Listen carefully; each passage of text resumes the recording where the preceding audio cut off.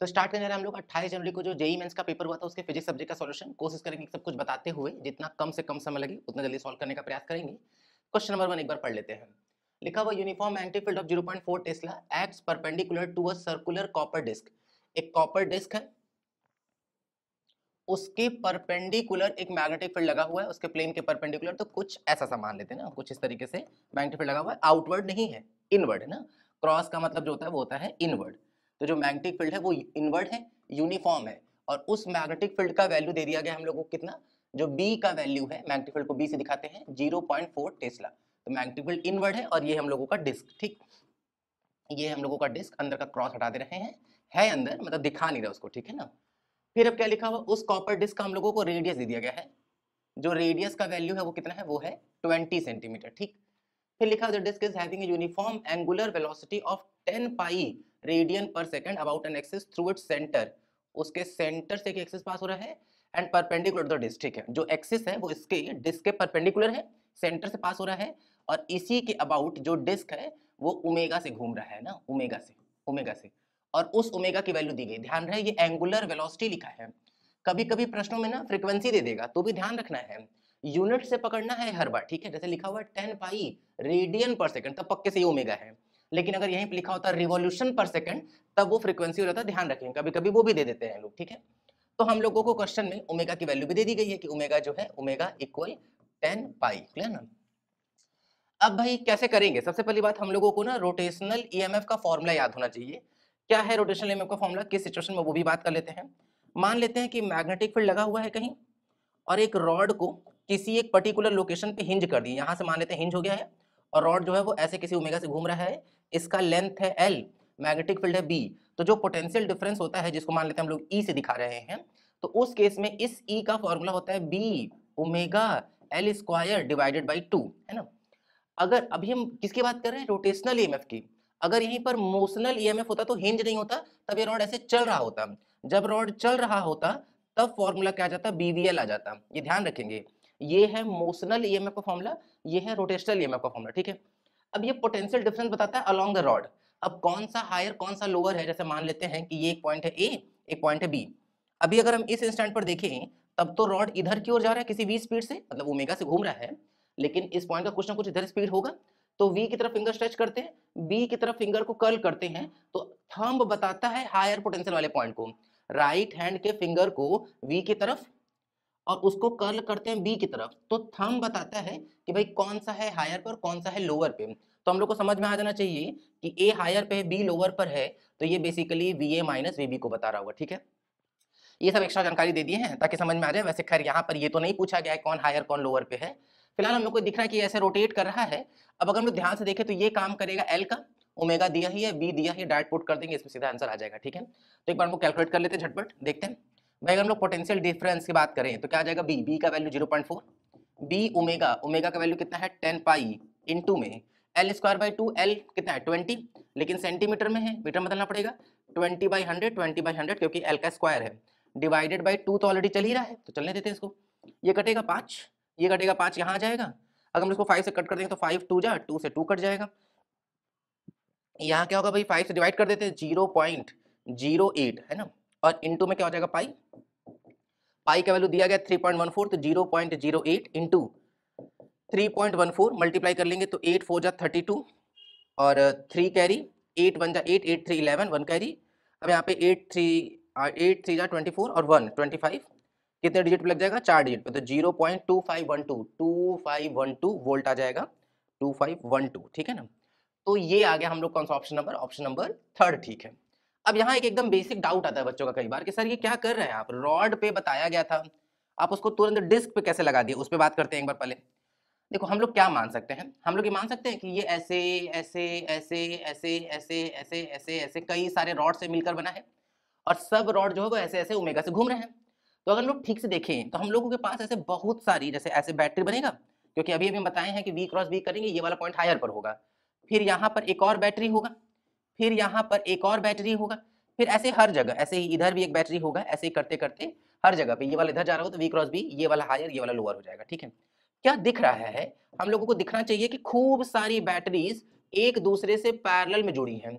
अगर कभी भी बैटरीज पैरेलल में जुड़ी होती है तो हम लोग इक्विवेलेंट निकालते हैं, और उस केस में अगर बैटरी पैरेलल में जुड़ी है और सबका पोटेंशियल सेम है तो जो इक्विवेलेंट आता है वो भी वही आ जाएगा। मतलब ये कि अगर सबका ईएमएफ ई ई ई ई है तो सब चाहे जितनी भी बैटरीज हो जो ई इक्विवेलेंट आएगा वो ई ही आएगा।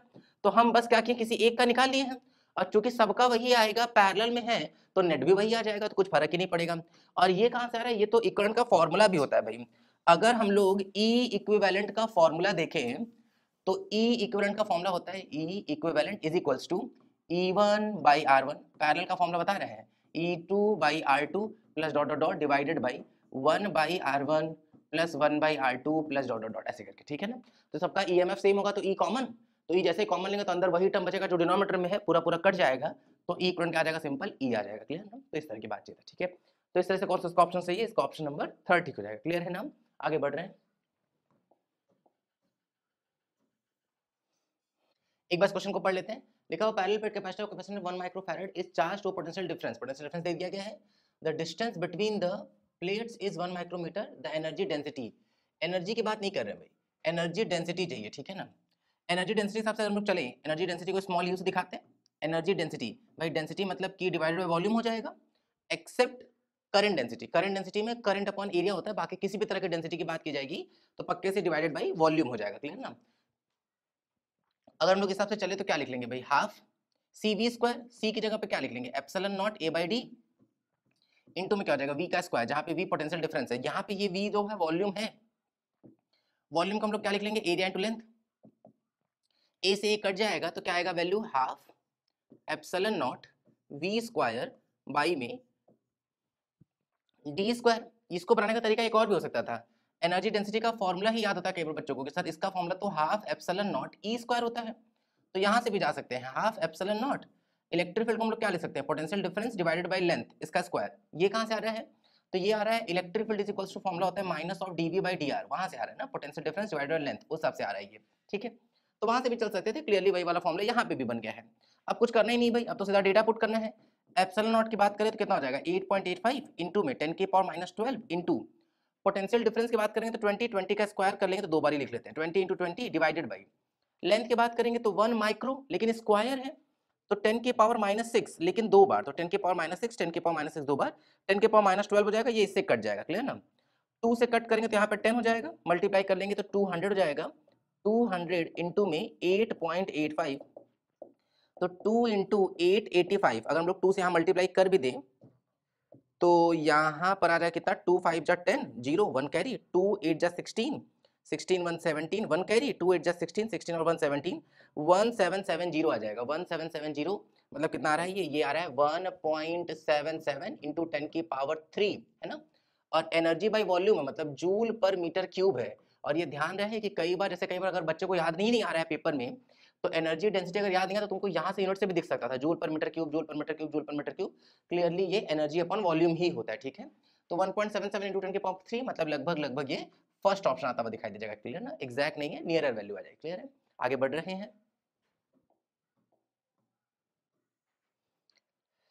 एक बार क्वेश्चन को पढ़ ले रहे हैं।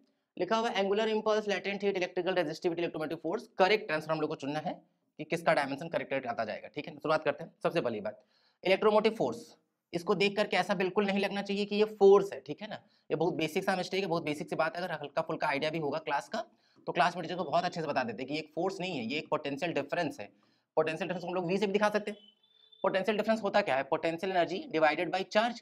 तो अगर हम लोग इस लॉजिक से चले और एनर्जी क्या होगा, किसी भी तरह की एनर्जी का डायमेंशन वर्क जैसा हो जाएगा, तो क्या लिखेंगे, एम एल स्क्वायर टी की पावर माइनस 2 और क्यू इज इक्वल टू क्या होगा, आई टी मतलब 80। यहाँ से देखेंगे तो एम एल स्क्वायर टी की पावर माइनस 3 और ए की पावर क्या आ जाएगा, -1। एम एल स्क्वायर टी की पावर माइनस 3 ए की power -1, M L square T की पावर -3 ए की पावर -1, मतलब इसका ऑप्शन नंबर सेकंड आ जाएगा, मतलब डी का सेकंड आएगा ना, सेकंड ऑप्शन, सेकंड नहीं, डी का सेकंड। अब डी का सेकंड किसमें है भाई, 3 और 4 तो हो नहीं सकता है, फर्स्ट और सेकंड में ही होगा केवल, लेकिन ठीक है, अब आगे बढ़ रहे हैं। अब हम लोग बात करते हैं लैटेंट हीट की। लैटेंट हीट आसान आसान जो है, पहले उसको देख लेते हैं हम लोग। Latent heat Q is equal to क्या हो जाएगा, ml। L की बात करेंगे Q बाई m। हीट भी कहीं ना कहीं एक तरह का वर्क ही है, ml स्क्वायर टी के पावर -2 डिवाइडेड मास का क्या हो जाएगा, मास का हो जाएगा m। तो यहाँ से m कैंसिल आउट हो जाएगा, तो यहाँ ये वैल्यू क्या आ जाएगा, L स्क्वायर टी की पावर -2। एल स्क्वायर टी की पावर -2 मतलब इसका आ जाएगा कौन सा, इसका आ जाएगा फर्स्ट, तो बी का फर्स्ट, बी का फर्स्ट, तो क्लियरली फर्स्ट ऑप्शन आ जाएगा, खत्म हो गया, ठीक है ना, आ गया आंसर। लेकिन फिर भी हम लोग बाकी को भी कैलकुलेट कर लेते हैं एक बार, छोड़ते नहीं है किसी को भी, ठीक है ना। अब हम लोग ध्यान से देखते हैं, इलेक्ट्रिकल रेजिस्टिविटी की बात करते हैं भाई। अगर सबसे बेसिक हम लोग चले तो R is equal to formula क्या हो जाएगा, rho L by A. Resistivity पर ध्यान देंगे तो क्या हो जाएगा, आर ए बाई में एल। रेजिस्टेंस की बात करें अगर तो क्या हो जाएगा, वी बाई आई, और वी को हम लोग क्या लिख सकते हैं, यू बाई क्यू। ऑल्दो हम लोग वी का ऑलरेडी निकाले हैं, लेकिन फिर भी एकदम स्क्रैच से, एकदम बेसिक से हम लोग निकालना चाह रहे हैं इसको ना। रेजिस्टिविटी के डायमेंशन की बात करेंगे अगर, तो आर की जगह पे वी बाई आई, वी को हम लोग क्या लिखे, यू बाई क्यू। यू क्या होगा, वर्क जैसा होगा, एम एल स्क्वायर टी के power -2 divided by Q. Charge की बात करेंगे तो क्या हो जाएगा, ए इंटू में टी, ये पूरा हो गया वी का, है ना। और आई का क्या हो जाएगा, आई का हो जाएगा ए, तो ये हो गया आर का। ए का एरिया, एरिया तो 2 बार लेंथ, तो एल स्क्वायर, और डिवाइडेड बाई एल मतलब एक बार लेंथ, तो यहाँ पे सिंपल एल आ जाएगा, एक बार एल कट गया। यहाँ पे क्या आ जाएगा, एम एल स्क्वायर ए की पावर -2 और टी की पावर -3, और एक एल बचा था ना, तो एम एल क्यूब ए की पावर -2 टी की पावर -3, एम एल क्यूब ए की पावर -2 टी की पावर -3, मतलब इलेक्ट्रिकल रेजिस्टिविटी मतलब सी का फोर्थ होगा, तो सी का फोर्थ भी दिख रहा है, ठीक है। लास्ट वाले का पक्के से, अब ए वाले का जो हो जाएगा वो कौन सा हो जाएगा, ए वाले का हो जाएगा थर्ड, लेकिन फिर भी एक बार उसको भी कैलकुलेट कर लेते हैं। एंगुलर इंपल्स क्या होता है, बड़ा अलग सा है भाई, बहुत ज्यादा चांस है कि ये क्लास में शायद सुने भी नहीं होगे, लेकिन ठीक है भाई, हम लोगों को ऐसे ही सोचना है। एंगुलर इंपल्स मतलब बहुत ऐसा रेयर चांस है कि क्लास में टीचर्स भी बहुत कम ही डिस्कस करते हैं। एंगुलर इंपल्स क्या होता है, पहले हम लोग उस पर ध्यान देते हैं। एंगुलर इंपल्स जो है वो रोटेशनल एनालॉग है, मतलब जैसे नहीं हम लोग कई बार वेलोसिटी पढ़ते हैं लीनियर वेलोसिटी में, जैसे ही रोटेशनल एनालॉग इसका देखते हैं तो वो ओमेगा हो जाता है एंगुलर वेलोसिटी। जैसे हम लोग डिस्प्लेसमेंट पढ़ते हैं एस, वैसे इसका रोटेशनल एनालॉग हो जाता है थीटा। जब हम लोग रिप्लेसमेंट करते हैं तो रिप्लेसमेंट जुगाड़ नहीं लगाते, जैसे फोर्स की जगह रोटेशनल में हम लोग टॉर्क पढ़ने लगते हैं, तो वैसा ही कुछ है कि हम लोग क्या पढ़े, हम लोग पढ़े लीनियर इंपल्स। अब लीनियर इंपल्स का रोटेशनल एनालॉग क्या हो जाएगा, एंगुलर इंपल्स। अब इंपल्स क्या होता है, इंपल्स जो होता है वो होता है फोर्स इनटू टाइम या डेल्टा टाइम, जो भी डेल्टा टी लिखे हम, और ज्यादा बेहतर है कि हम लोग क्या लिखेंगे इसको, मोमेंटम या फिर चेंज इन मोमेंटम की बात करेंगे। तो ये क्या हो जाएगा, ये होता है एफ इंटू डेल्टा टी या फिर डेल्टा पी। अब ये कौन है, ये है लीनियर इंपल्स। तो जब हम लोग एंगुलर इंपल्स पे आ जाएंगे तो ये क्या हो जाएगा, ये हो जाएगा चेंज इन एंगुलर मोमेंटम। ये क्या हो जाएगा, ये हो जाएगा टॉर्क इनटू डेल्टा टी, वैसे वाली कहानी, ठीक है ना। अब भाई किसी भी चीज का चेंज का जो यूनिट होगा, डायमेंशन होगा, वो तो वही होगा जो एक्चुअल क्वांटिटी का होगा। भाई अगर एंगुलर मोमेंटम में से एंगुलर मोमेंटम घटाएंगे तो एंगुलर मोमेंटम ही तो बचेगा ना, उसका यूनिट तो वही आएगा। और एंगुलर मोमेंटम होता क्या है, एंगुलर मोमेंटम कहीं ना कहीं R vector cross P vector होता है। खैर इतनी डिटेल की आवश्यकता नहीं है, बस इस बात की आवश्यकता थी कि आर इंटू पी है। और अगर हम लोग आर इंटू पी की बात करें तो आर का एल, मोमेंटम का क्या हो जाएगा, मास इंटू वेलोसिटी, वेलोसिटी का क्या होगा एम के बाद एल टी के पावर -1, और मास इंटू वेलोसिटी कर लेंगे तो एम एल टी के पावर -1 हो जाएगा। मल्टीप्लाई कर लेंगे तो क्या आ जाएगा, M L square T to the power -1। तो M L square T to the power -1 बिल्कुल परफेक्ट दिख रहा है, M square T to the power -1, clear ना। तो ये सारी कहानी है, हमेशा पेपर में ऐसे ही करना है हम लोगों को, कि पहले कैसे कर, जैसे हम कि वैसे ही करना है कि सबसे पहले कोई आसान वाला खोजेंगे, उसके हिसाब से देख लेंगे कि हाँ भाई कौन कौन सा है जो एलिमिनेट हो रहा है, फिर और आसान देखेंगे, इस हिसाब से अप्रोच करेंगे। पूरा करने की आवश्यकता नहीं होगी। कई बार ये जैसे बच्चा देखे अगर एंगुलर इंपल्स को देखे और घबरा जाए कि सर हमको तो एंगुलर इंपल्स पता ही नहीं था, तो पेपर में छोड़ ही दे क्वेश्चन, तो ये समझदारी नहीं है भाई। बहुत सारी चीजें पता भी तो है, लैटेंट हीट पता है, इलेक्ट्रिकल रेजिस्टिविटी पता है, मोटिव फोर्स, इलेक्ट्रोमोटिव फोर्स का भी पता है, तो उससे जा सकते थे। तो जानबूझ के पेपर में ऐसा करते हैं कि सबसे पहले वो एंगुलर इंपल्स से लिख दिए, ताकि बच्चे को ऐसा लगे कि नहीं इसको पेपर का क्वेश्चन ही नहीं आ रहा है, ठीक है ना। तो ध्यान रखेंगे सब कुछ। आगे बढ़ रहे हैं, एक बार क्वेश्चन को पढ़ ले रहे हैं। लिखा हुआ है ratio of vapour density of two gases at the same temperature.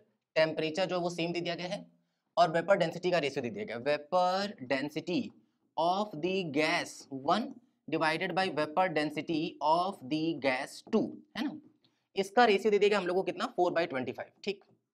सबसे पहली बात हम लोगों को ये बात पता होना चाहिए कि molecular weight of the gas जो होता है, molecular weight of the gas ये होता है 2 टाइम्स ऑफ वेपर डेंसिटी।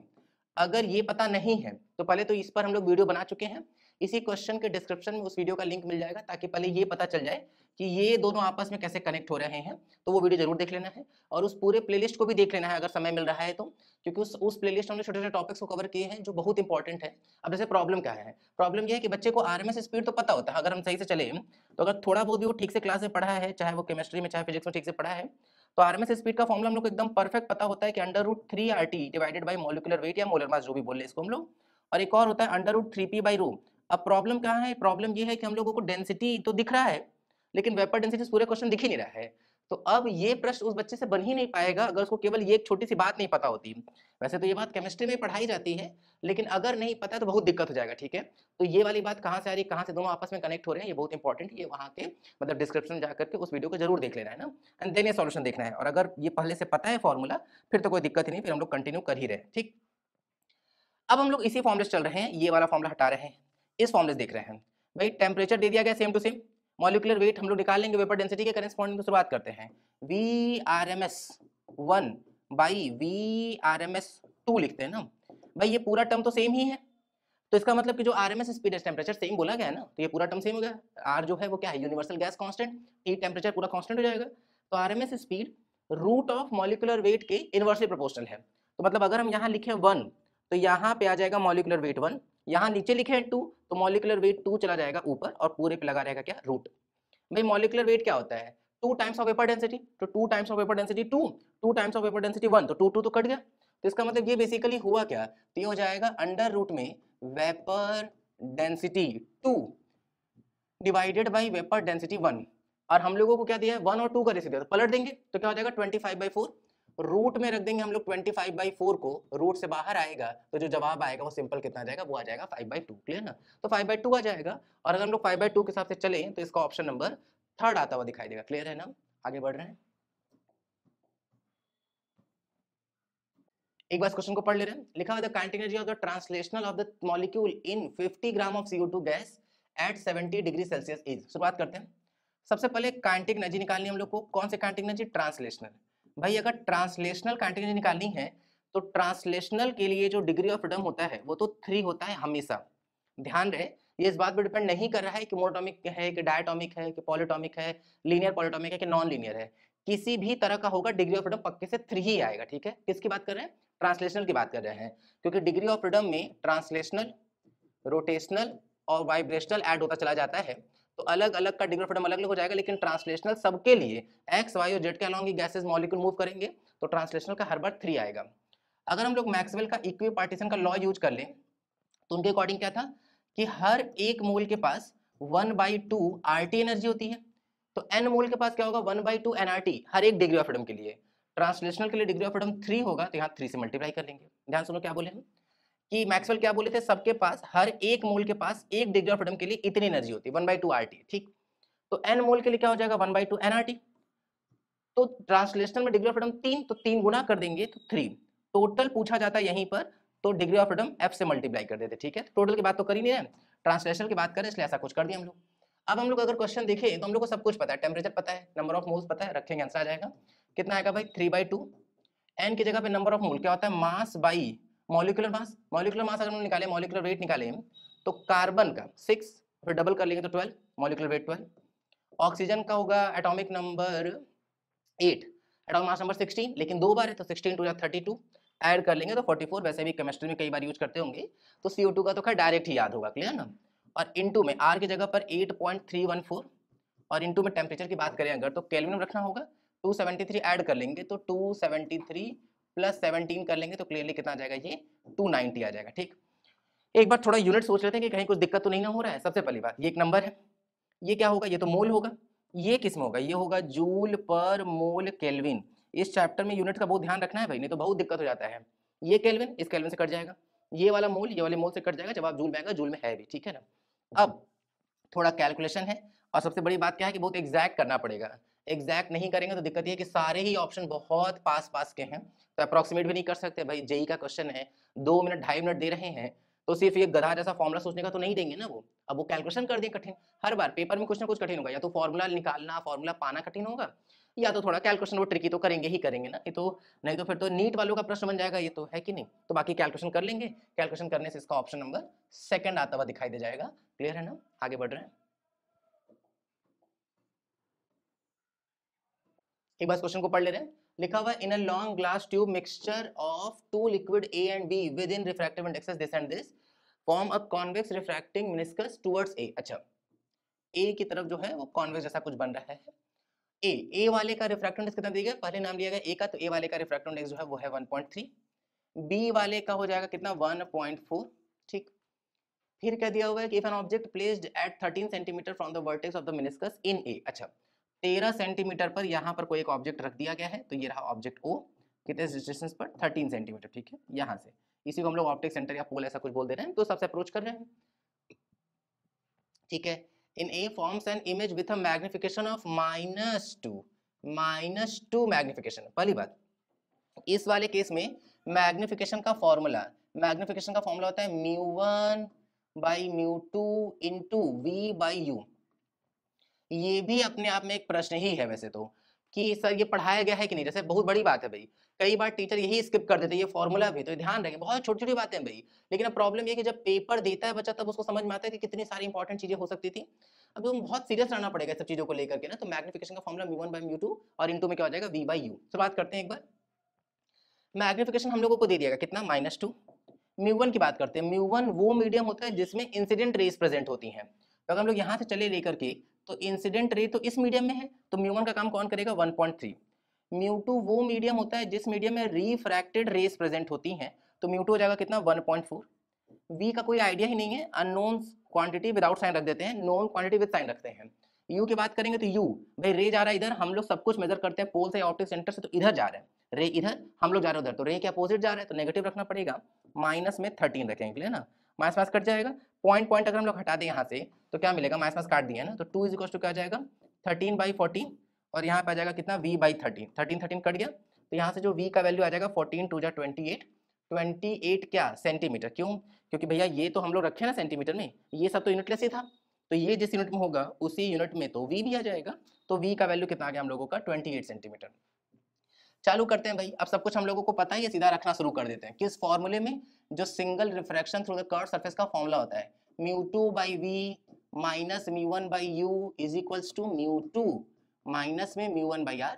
प्रश्न में क्या पूछा गया, प्रश्न में रेडियस ऑफ कर्वेचर ही पूछा जा रहा है। चालू कर रहे हैं एक बार हम लोग, μ2 बाई वी लिखते हैं, μ2 कितना है भाई, μ2 जो है वो है 1.4, v का वैल्यू कितना है 28 पॉजिटिव में आया है, ठीक है ना।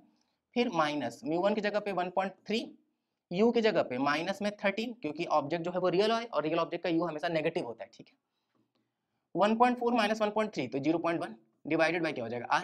यहाँ हम लोग देखेंगे ध्यान से तो कितना आएगा, पहली बात तो हर जगह 10 से मल्टीप्लाई कर देते हैं, तो कितना आ जाएगा 14/28 minus minus plus 13/13 is equals to 1/R। अगर हम लोग यहाँ पर डेटा पुट कर दिए भाई, कट पिट कर देते हैं, 14 2 जा 28, ये तो पूरा कट गया, तो कितना आ जाएगा 1/2 प्लस में 1, एलसीएम ले लेंगे कितना आ जाएगा 3/2, किसके इक्वल 1/r के। तो यहाँ से कैपिटल R का वैल्यू क्या आ जाएगा 2/3 क्या सेंटीमीटर, क्योंकि u और v दोनों किस में रखे थे हम लोग, सेंटीमीटर रखे थे, तो कितना आ जाएगा इसका 2/3, मतलब ऑप्शन नंबर 3 ठीक हो जाएगा। क्लियर है ना, आगे बढ़ रहे हैं।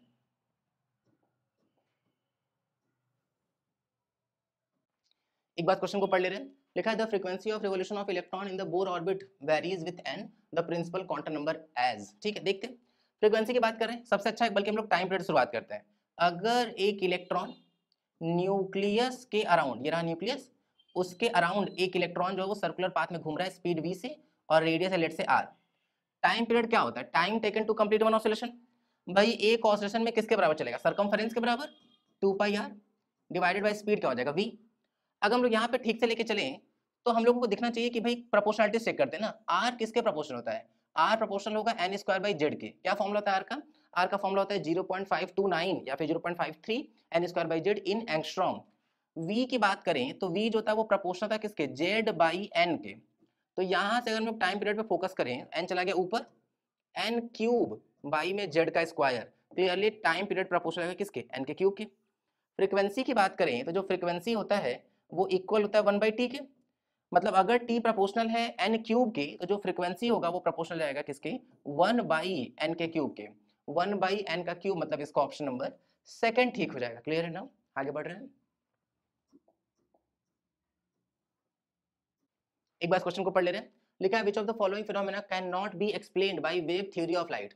पहली बात अगर हम लोग करें ठीक से इसको, तो वेव थ्योरी की बात करते हैं भाई, वेव थ्योरी से क्या क्या है जो एक्सप्लेन हो सकता है यहाँ, लेकिन पूछा गया कि क्या है जो एक्सप्लेन नहीं हो सकता। शुरुआत करते हैं, अगर याद हो तो वेव के करेस्पॉन्डिंग क्या क्या बात बोली गई है।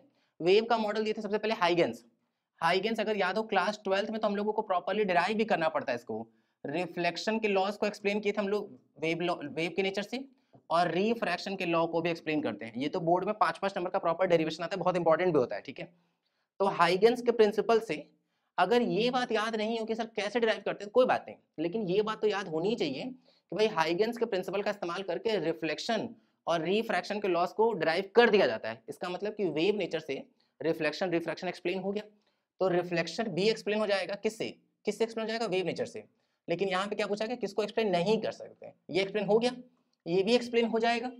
डिफ्रैक्शन, भाई अगर हम लोग इसकी बात करें तो हम लोग तो वेव ऑप्टिक्स नाम का चैप्टर ही पढ़े हैं पूरा, और वैसे तो नाम से भी क्लियर है क्या वेव ऑप्टिक्स है, तो इसमें हम लोग क्या मान के चलते हैं, लाइट का कैसे चलता है, वेव नेचर होता है। और इसमें हम लोग कुल मिला जुला करके तीन चीजें डिस्कस करते हैं, एक होता है इंटरफेरेंस, एक होता है डिफ्रैक्शन, और एक होता है हम लोगों का पोलराइजेशन, ठीक है। तो ये तीनों एक्सप्लेन हो सकते हैं किससे, वेव नेचर से, ठीक है। तो डिफ्रैक्शन तो एक्सप्लेन हो सकता है वेव नेचर से। कॉम्पटन इफेक्ट पढ़े नहीं है, और कई बार बच्चा फिर वही वाली बात हम बोल रहे हैं ना कि कई बार बच्चे को लगता है कि सर ये तो पढ़े ही नहीं है सर, अभी तो आउट ऑफ सिलेबस का क्वेश्चन आ गया, ऐसा नहीं है भाई, एक ही ना आया। हाँ अगर ऐसे दो ऑप्शन होते जो हम लोग नहीं पढ़े तब तो दिक्कत है, लेकिन अगर हम लोग को ये तीन बहुत अच्छे से पता होगा तो हम लोग अपने आप इसको बता पाएंगे। रिफ्लेक्शन रिफ्रैक्शन और डिफ्रैक्शन तीनों है जो वेव नेचर से एक्सप्लेन हो जाएगा। तो पूछा गया कि कौन है जो एक्सप्लेन नहीं होगा, तो क्लियरली कौन एक्सप्लेन नहीं होगा, कॉम्पटन इफेक्ट एक्सप्लेन नहीं होगा, ठीक है। तो इस लॉजिक से जा सकते हैं। अब खैर अगर हम लोग बात करें कि सर ये कॉम्पटन इफेक्ट क्या होता है, तो अगर हम लोग उस हिसाब से चले कि कॉम्पटन इफेक्ट क्या होता है, तो अगर एक फोटोन आके स्ट्राइक करे एक इलेक्ट्रॉन को, पहले फोटोन आ रहा है और अगर किसी इलेक्ट्रॉन को स्ट्राइक करेगा तो इलेक्ट्रॉन को एक तरफ भेज देगा और एक तरफ एक फोटोन इमिट हो जाता है, इसी को हम लोग कॉम्पटन इफेक्ट बोलते हैं बेसिक लेवल पे। तो यही बात बोली जा सकती है, ठीक है ना।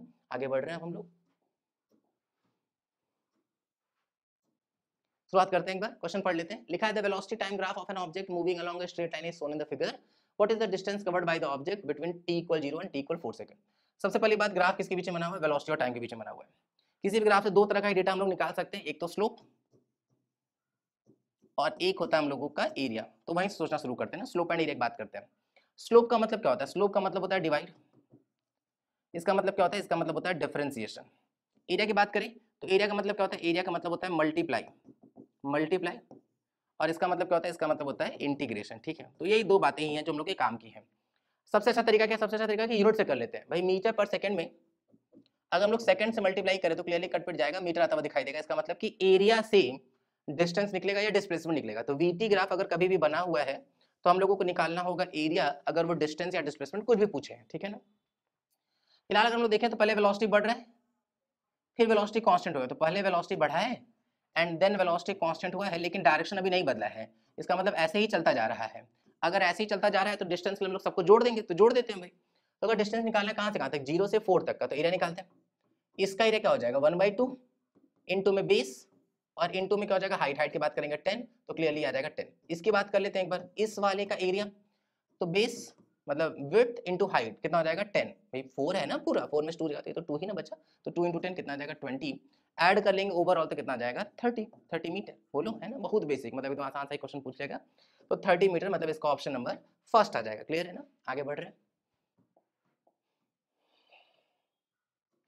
एक बार क्वेश्चन को पढ़ ले रहे हैं। लिखा हुआ bar magnet has total length 2l is equals to 20 unit and the field point P is at distance D is equals to 10 unit. अच्छा ठीक है, यहाँ एक पॉइंट P दे दिया गया है from the centre of the magnet, ठीक है। If the relative uncertainty of the length is this, then uncertainty of the magnetic field at point P is. पहली बात, सबसे पहली बात, ये एक मैग्नेटिक डायपोल बना हुआ है। अगर ये एक मैग्नेटिक डायपोल है तो हम लोगों को पहले इलेक्ट्रिक डायपोल से कहानी को याद करनी चाहिए कि भाई अगर एक माइनस क्यू और एक प्लस क्यू हो, ठीक है, कहाँ से कहाँ होता है डायपोलमेंट, डायपोलमेंट हमेशा माइनस क्यू से प्लस क्यू की ओर होता है। अगर हम लोग उससे किसी ऐसे कोई पॉइंट ले ले, कोई पॉइंट है P, तो ये तो इसका इक्वेटोरियल पोजीशन है। इक्वेटोरियल पोजीशन पे अगर हम लोग इलेक्ट्रिक फील्ड का मैग्नीट्यूड की बात करें तो वो जाएगा के को लिख सकते हैं 1/4πε0 P बाई में r का क्यूब, ये अगर r है, और ये मान के चल रहे हैं हम लोग कि ये जो r है वो इसके कंपैरिजन में बहुत ज्यादा है, r is much much greater than small a बोल ले या l बोल ले, जैसा भी है, ठीक है ना। इन दोनों के बीच का डिस्टेंस है r बहुत बड़ा होगा, तो ये फॉर्मूला होता है भाई। ऑल्दो यहाँ माइनस होता है क्योंकि इलेक्ट्रिक फील्ड डायपोल उनके डायरेक्शन के अपोजिट होता है, लेकिन अभी फिलहाल हम लोग मैग्नीट्यूड की बात कर रहे हैं। तो अगर इलेक्ट्रिक डायपोल की बजाय यहाँ पर एक मैग्नेटिक डायपोल हो जाए साउथ से नॉर्थ की ओर, मतलब -m से +m की ओर, जहाँ पे m जो है वो उसको पोल स्ट्रेंथ बोलते हैं, तो इधर की ओर होगा मैग्नेटिक मोमेंट का डायरेक्शन। और अगर हम लोग इस पॉइंट पर मैग्नेटिक फील्ड लिखने का प्रयास करें इक्वेटोरियल पोजीशन पे, तो 1/4π तो रहेगा ही, एप्सिलॉन नॉट, याद करो ट्रिक क्या होती है, ये होती है ना कि एप्सिलॉन की जगह हम लोग 1/μ0 लिख देंगे। तो अगर हम यहाँ 1/μ0 लिखेंगे तो जो μ0 है वो चला जाएगा ऊपर, और पी की जगह पे क्या हो जाएगा एम डिवाइडेड बाई क्या हो जाएगा आर का क्यूब। तो अगर हम लोग इस लॉजिक से चले, पहली बात यहाँ इस क्वेश्चन में बताया ही नहीं गया कि मैग्नेटिक मोमेंट जो है वो कांस्टेंट है कि नहीं है। तो दो अलग अलग तरह की कुल मिला जुला करके बातें हैं, शुरुआत वहां से करते हैं पहले ना। सबसे पहला एक सॉल्यूशन क्या हो सकता है इसका, मेथड 1 की बात कर रहे हैं।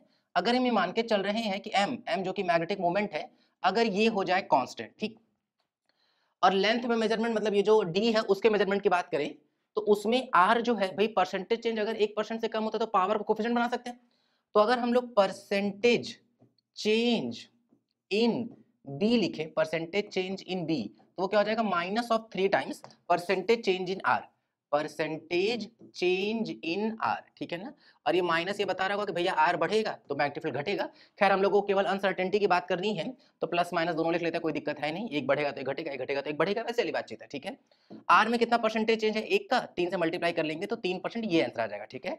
तो इस लॉजिक से इसका ऑप्शन नंबर 3 ठीक है। एक और मेथड क्या हो सकता है, अब जैसे किसी बच्चे के दिमाग में आ सकता है कि सर एक मिनट सर, जो मैग्नेटिक मोमेंट होता है वो तो पोल स्ट्रेंथ इनटू में लेंथ होता है, और वो लेंथ यहाँ पर कितना दे दिया गया 2L, ठीक है। अगर वो उस लॉजिक से चले, वो क्या लिखेगा magnetic field at point P पर कि भाई म्यू नॉट अपॉन में 4 पाई स्मॉल m इनटू में 2L डिवाइडेड बाई r का क्यूब।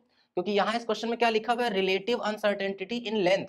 अगर रिलेटिव अनसर्टेनिटी है तो वो d में भी हो सकता है, l में भी हो सकता है। अब देखते हैं, अगर अब इस लॉजिक से चले तो यहाँ पर परसेंटेज चेंज इन बी की बात कर रहे हैं, हम ये मान के चल रहे हैं कि जो पोल स्ट्रेंथ है स्मॉल m कांस्टेंट है, ठीक है ना। तो क्या होगा भाई, इसका कोई पावर है ही नहीं, कांस्टेंट कांस्टेंट सब हटा देंगे, तो क्या हो जाएगा percentage change in length, power को बनाएंगे कोफिशिएंट माइनस आना चाहिए, तो 3 times of percentage change in are. लेकिन हम लोग निकालते क्या है मैक्सिमम परसेंटेज चेंज, तो यहाँ पे माइनस को क्या कर देंगे प्लस कर देंगे। अब लेंथ में कितना परसेंटेज चेंज है भाई 1% का, और प्लस 3 इंटू लेंथ में परसेंटेज चेंज है 1% का, तो कुल जो परसेंटेज चेंज है वो कितना हो जाएगा 4%। तो इस लॉजिक से अगर चला जाए तो यहाँ पे 4% मतलब इसका ऑप्शन नंबर सेकंड भी ठीक हो जाएगा, ठीक है। हाँ अगर अगर कोई साइन नहीं पुट किया होता माइनस किया होता तो 1% माइनस 3% मतलब माइनस में 2% भी आ सकता था। चूंकि 2% ऑप्शन में नहीं है तो उसको हटा रहे हैं। ऑल्दो ये ध्यान रखेंगे कि मैक्सिमम परसेंटेज एरर की बात की जाती है तो हमेशा प्लस कर देंगे, और प्लस ही करके यहाँ पे सॉल्व कर लिए, क्लियर ना। तो इसका ऑप्शन नंबर सेकंड भी ठीक है, थर्ड भी ठीक है, और दोनों ही ठीक हो सकता है इसका, क्लियर है। आगे बढ़ रहे हैं,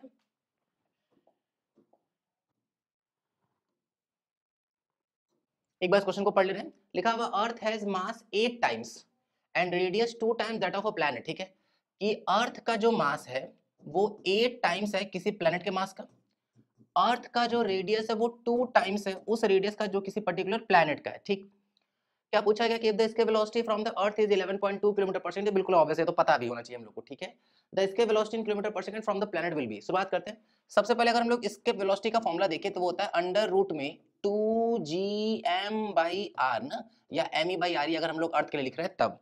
ये ध्यान रखना है। ऑर्बिटल वेलोसिटी का फॉर्मूला होता है अंडर रूट gm/r, इसके वेलोसिटी होता है under root 2gm/r। Orbital velocity का रूट gm/r आएगा कब आएगा, जब प्लैनेट एक सर्कुलर पाथ में घूम रहा होता है, ठीक है। फिलहाल अगर हम लोग अर्थ के करेस्पॉन्डिंग चल के अब हम लोग प्लैनेट का लिखना शुरू करें तो क्या लिख लेंगे, अंडर रूट में 2g mass of the planet divided by radius of the planet रखते हैं। अंडर रूट में 2g mass of the planet क्या हो जाएगा, मास ऑफ अर्थ बाई में 8 divided by radius of planet क्या हो जाएगा, रेडियस ऑफ अर्थ बाई में 2। ध्यान देते हैं अंडर रूट में 2g यहाँ नहीं लिख रहे हैं, यहाँ थोड़ा जगह कम पड़ रहा है, इधर लिख रहे हैं अंडर रूट में 2gme बाई में आर ई। ध्यान देते हैं 8 आ गया अपॉन में चल रहा है, ये वाला 2 चला जाएगा ऊपर तो यहाँ आ गया 2, 2 से कट कर देंगे तो ये 4। हम तो करें कि 4 रूट से बाहर कर ही देते हैं, अगर 4 रूट से बाहर जाएगा तो 1/2, और अंडर रूट में क्या बचेगा 2gme बाई में क्या हो जाएगा आर ई।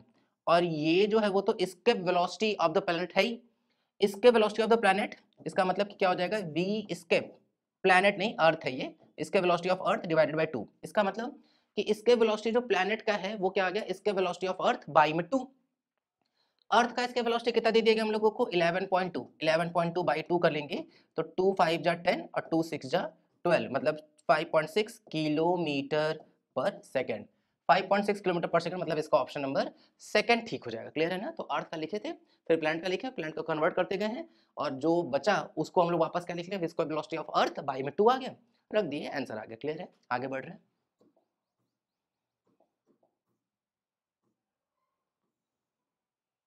एक बार क्वेश्चन को पढ़ ले रहे हैं। लिखा हुआ है कि given below two statement one is, अच्छा ठीक है, असर्शन रीजन वाला क्वेश्चन है। असर्शन लिखा है knowing initial position x naught, initial position, initial momentum p naught is enough to determine the position momentum at any time t for a simple founding motion with a given angular frequency omega. मतलब कुल तीन चीजें पता हम लोगों को। पूछा जा रहा है कि अगर x नॉट पता हो, इनिशियल पोजीशन, इनिशियल मोमेंटम पता हो और एंगुलर फ्रीक्वेंसी पता हो, तो क्या हम लोग किसी टाइम t पर पोजीशन और मोमेंटम निकाल सकते हैं? शुरुआत करते हैं भाई। एसएचएम की बात कर रहे हैं तो एसएचएम कर रहे हैं पार्टिकल का इक्वेशन क्या होगा? जनरल इक्वेशन, तो यही होगा a sin omega t plus five. कौन सी चीज क्या एक बार बता दे रहे हैं? a एम्पलीट्यूड है, ओमेगा है एंगुलर फ्रीक्वेंसी, t है कोई जनरल टाइम t, और फाइव जो है वो है initial phase. Omega t plus five क्या है? ओमेगा t प्लस फाइव कुल फेज है, जबकि फाइव जो है वो इनिशियल फेज है। x क्या बता रहा है? किसी टाइम t पर पोजीशन। भाई अगर हम लोग t जीरो रख दें तो इनिशियल पोजीशन क्या हो जाएगा? x naught is equals to a sin five, है ना। हम लोगों को a भी नहीं पता है, फाइव भी नहीं पता है, t जीरो रखे तो ये आ गया। भाई अगर हम इसको डिफरेंशिएट करें तो वेलोसिटी आ जाएगा। वैसे तो सीधा फॉर्मूला याद होना चाहिए, लेकिन ठीक है भाई, a cos साइन का करेंगे तो cos omega t plus five, और ओमेगा t प्लस फाइव को दोबारा डिफरेंशिएट करेंगे तो ओमेगा का कांस्टेंट तो बाहर, t का 1 और फाइव का तो 0, तो ओमेगा का मल्टीप्लाई होगा तो उस ओमेगा को यहाँ लिख दे रहे हैं। वैसे भी अगर कोई थोड़ा बहुत भी ठीक से सिस्टम पढ़ा होगा तो उसको ये वाला फॉर्मूला तो पहले से ही पता रहा होगा, ठीक है। अब आगे बढ़ रहे हैं, अब यहाँ पे रखते हैं टी। अच्छा एक और चीज कर लेते हैं, मोमेंटम भी तो चाहिए हम लोगों को। ये नहीं चाहिए कि इनिशियल वेलोसिटी कितना होगा, हम लोगों को ये चाहिए कि जो इनिशियल मोमेंटम है वो दिया है, और उनको जो पता लगाना है वो भी फाइनल मोमेंटम। ये लिखा है यहाँ पे कि क्या वो इनफ है मोमेंटम और पोजीशन को पता लगाने के लिए। अगर हाँ तो असर्शन ठीक हो जाएगा। ऐसा करते हैं, मास से मल्टीप्लाई कर देते हैं, तो M B is equals to M A omega cos omega T plus five. हम लोग इसको क्या सकते हैं? इसको मोमेंटम पी ले सकते हैं। अगर हम लोग टी का वैल्यू जीरो रख दें तो क्या बन जाएगा उधर? P naught is equals to, इसको रखें जीरो तो क्या मिलेगा हम लोगों को? M A omega cos of five. यहां तक ठीक है। अब हम लोग ठीक से चले तो x naught by a, x naught by a क्या बन जाएगा? Sine five.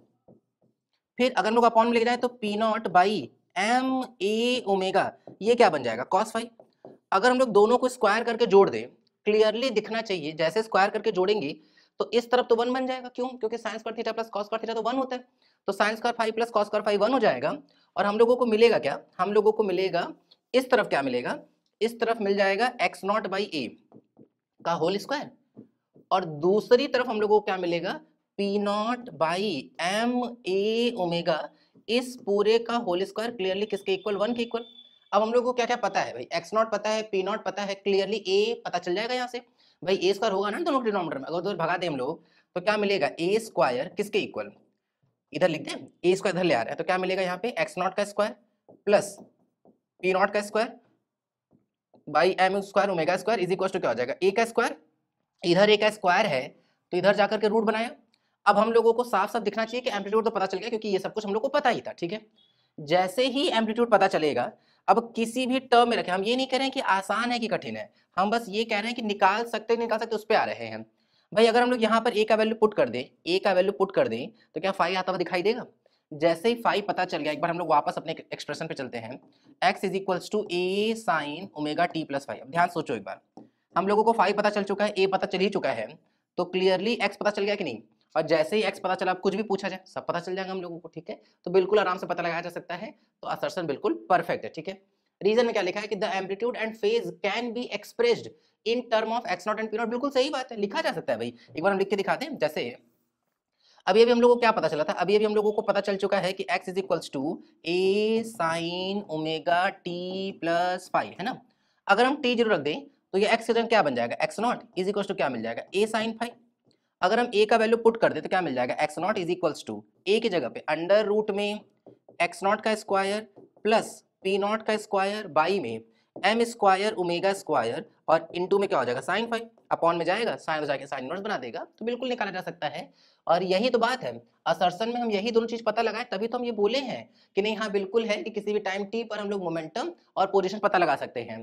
तो असर्शन को सही करने के जो बात हम लोग बोले हैं वही बात रीजन में लिखा है, इसलिए सही भी है और करेक्ट एक्सप्लेनेशन भी है। तो नॉट नहीं, ये तो नहीं, करेक्ट एक्सप्लेनेशन यस। तो इसका ऑप्शन नंबर कौन सा आ जाएगा? इसका ऑप्शन नंबर फोर्थ आ जाएगा। क्लियर है ना? आगे बढ़ रहे हैं, एक बार क्वेश्चन को पढ़ ले रहे हैं। लिखा concave mirror produces an image of an object such that the distance between the object and the image is this if the magnification of the image is -3। पहली बात मिरर की बात कर रहे हैं।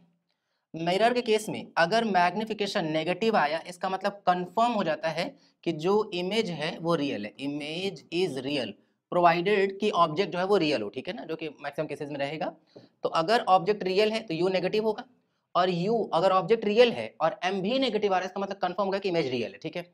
ऑब्वियसली यहाँ पे हम ये भी बता सकते हैं कि अगर पॉजिटिव होगा तो जो इमेज होता है वो वर्चुअल हो जाता है, ठीक है ना, इमेज वर्चुअल। अगली बात कर रहे हैं, अगर मैग्निफिकेशन की मॉड वैल्यू 1 से बड़ी है तो कंफर्म है कि जो इमेज होगा वो लार्ज बनेगा, इमेज इज लार्ज, ठीक है ना। और यहीं पे हम ये भी डिस्कस कर सकते हैं कि अगर मॉड मैग्निफिकेशन मतलब मैग्निफिकेशन की मॉड वैल्यू अगर 1 से कम है तो इसका मतलब कि जो कंफर्म हो गया कि जो इमेज होगा, इमेज विल बी स्मॉल ना, तो इमेज होगा वो छोटा बनेगा। यहाँ तक की कहानी समझ में आ जानी चाहिए, पहले ना इतना सब कुछ पता होना चाहिए। दिख रहा है कि m की जो मॉड वैल्यू वो 3 है, मतलब ग्रेटर देन 1 मतलब इमेज बड़ा बन रहा है। नेगेटिव है, इसका मतलब कंफर्म है कि इमेज रियल बन रहा है, तो रियल और बड़ा बन रहा है, इतनी बात हम लोगों को पता चल चुका है। किस मिरर की बात कर रहे हैं, कॉनकेव मिरर की बात कर रहे हैं, तो वहां से शुरुआत करते हैं।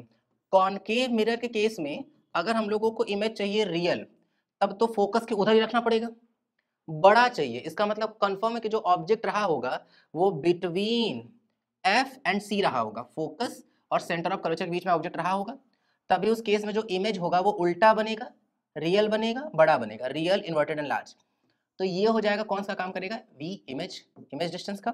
ये हम लोग का ऑब्जेक्ट है तो ये ऑब्जेक्ट डिस्टेंस का काम कर देगा ना, तो ये object, object distance, image, image distance. अब देखते हैं, लिखा है the distance between object and image is 20 centimetre. सबसे पहले होगा तो कंफर्म दोनों नेगेटिव ही, लेकिन अगर हम लोग ठीक से चले तो mod v minus mod of u, इन दोनों के बीच का जो डिफरेंस है वो है 20 सेंटीमीटर। भाई ज्यादा में से ही तो कम को माइनस करेंगे ना, ठीक है। फिर क्या लिखा है, एकदम मैग्निफिक है यहाँ तक। अब देखते हैं मैग्निफिकेशन की वैल्यू क्या दे दी गई है, -3। क्या होता है मिरर के केस में मैग्निफिकेशन का formula minus V by U. Main formula क्या होता है, मेन फॉर्मूला होता है 1/f is equals to 1/v plus 1/u। भाई अगर मेन फॉर्मूले में होगा प्लस तो मैग्निफिकेशन के फॉर्मूले में होगा माइनस, ये ख्याल भी रखना है। माइनस माइनस कटा, क्रॉस मल्टीप्लाई कर लेंगे तो v का वैल्यू क्या आ जाएगा, v का वैल्यू आ गया 3u। v का वैल्यू 3u रख देते हैं यहाँ पे, तो क्या आ जाएगा 3 mod of u minus mod of u, क्योंकि हम लोगों को ऑलरेडी पता है कि नेगेटिव आएगा, अभी बिना साइन के रख रहे हैं इसको ना। 3u में से अगर u चला जाएगा तो जो जवाब आएगा वो आ जाएगा कितना, 2u। तो 2 मॉड ऑफ u का वैल्यू क्या आ गया 10 सॉरी 20 ना, 20 इधर 20 चल रहा है। कट करने के बाद जो मॉड ऑफ u का वैल्यू आ जाएगा वो कितना आ जाएगा 10 सेंटीमीटर। चूंकि ऑब्जेक्ट रियल है तो u का वैल्यू क्या हो जाएगा माइनस में 10 सेंटीमीटर। इमेज भी रियल है, v क्लियरली नेगेटिव होगा, तो अगर हम यहाँ पे u को रखेंगे तो भी हम लोग को दिख जाएगा। u को रखेंगे -10 तो जो v का वैल्यू आ जाएगा वो कितना आ जाएगा माइनस में 30 सेंटीमीटर। बस हो गया। अब जब हम लोग को v और u पता है तो इनको क्या चाहिए, इनको रेडियस ऑफ कर्वेचर चाहिए। हम लोग लगा लेते हैं मिरर फॉर्मूला, जवाब आ जाएगा। शुरुआत करते हैं, 1/f is equals to 1/v, v की जगह पे -30, u की जगह पे नेगेटिव रखेंगे तो प्लस माइनस का मल्टीप्लाई माइनस हो जाएगा। अननोन क्वांटिटी विदाउट साइन रखते हैं, 1/f इज इक्वल्स टू, यहाँ पे रखेंगे सेम लेंगे 30, माइनस में 1 माइनस में 3, पलट पुलट देंगे तो f का वैल्यू कितना हो जाएगा 30 बाई में 4, नेगेटिव साइन के साथ सेंटीमीटर में। एकदम परफेक्ट चल रहा है, ये हम लोग चेक भी कर सकते हैं क्योंकि कॉनकेव मिरर होगा, कॉनकेव मिरर का फोकल लेंथ वैसे भी नेगेटिव आता है, नेगेटिव आ भी रहा है, ठीक है ना। यहाँ से f का वैल्यू क्या आ जाएगा माइनस में 15/2 सेंटीमीटर, उधर मल्टीप्लाई कर देंगे तो 2f, और 2f ही कुछ और नहीं रेडियस ऑफ कर्वेचर हो जाएगा। तो यहाँ से रेडियस ऑफ कर्वेचर की वैल्यू क्या हो जाएगी माइनस में 15 सेंटीमीटर, ठीक है। मिरर फॉर्मूला वगैरह बहुत इजीली लगा रहे हैं, इसका मतलब हम लोग ये मान के चल रहे हैं कि पैराक्सियल रेज है।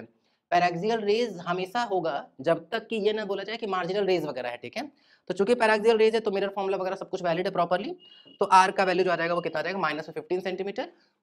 यहाँ केवल मैग्नीट्यूड दिया हुआ है तो क्लियरली आंसर क्या आ जाएगा, फोर्थ आ जाएगा 15 सेंटीमीटर। क्लियर है ना, आगे बढ़ रहे हैं।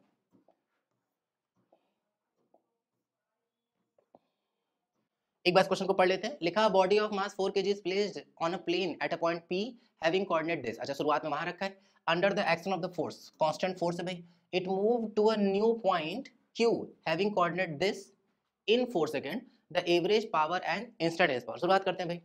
सबसे पहले हम लोग एवरेज पावर बोला है तो हम लोग एवरेज पावर शुरुआत करते हैं। एवरेज पावर क्या हो जाएगा, delta W by delta T। ये क्या हो जाएगा भाई, force vector dot displacement vector upon में टाइम टेकन।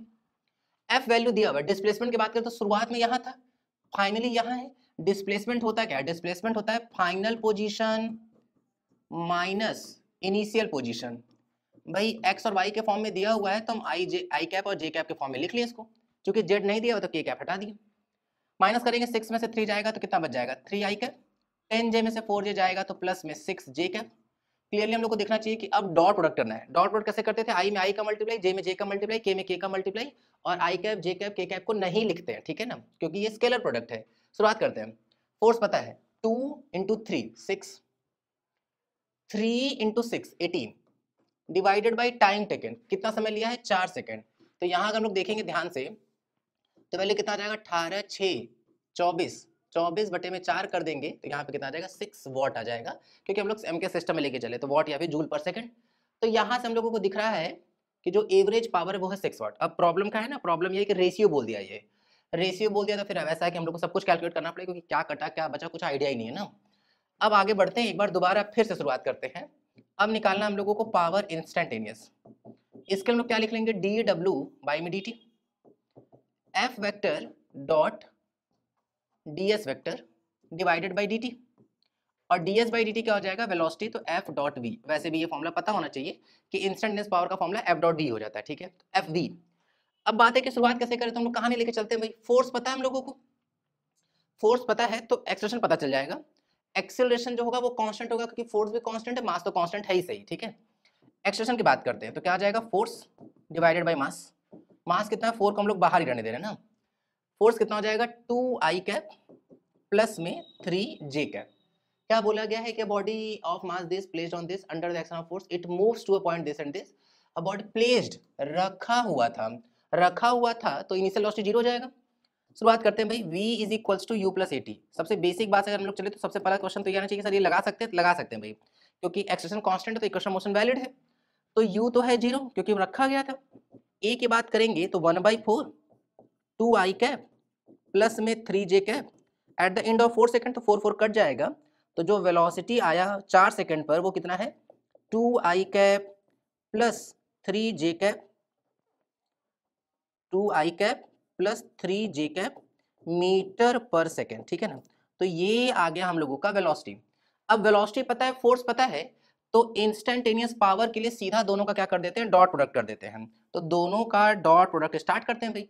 तो पावर इंस्टेंटेनियस, ध्यान देते हैं ना, अगर हम डॉट प्रोडक्ट करें तो आई का आई में करते हैं, तो 2i का मल्टीप्लाई करेंगे 2i के साथ, 2 2 जा 4, 3j का 3 के साथ मल्टीप्लाई करेंगे तो 3 3 जा 9, आई कैप जे कैप के कैप लिखते नहीं डॉट प्रोडक्ट में, अभी हम लोग डिस्कस किए थे, तो कितना आ जाएगा ये 13 वॉट। पहले एवरेज है फिर इंस्टेंटेनियस है, तो क्लियरली जो आ जाएगा आंसर कितना आ जाएगा 6:13, मतलब इसका ऑप्शन नंबर सेकंड आ जाएगा। क्लियर है ना, आगे बढ़ रहे हैं।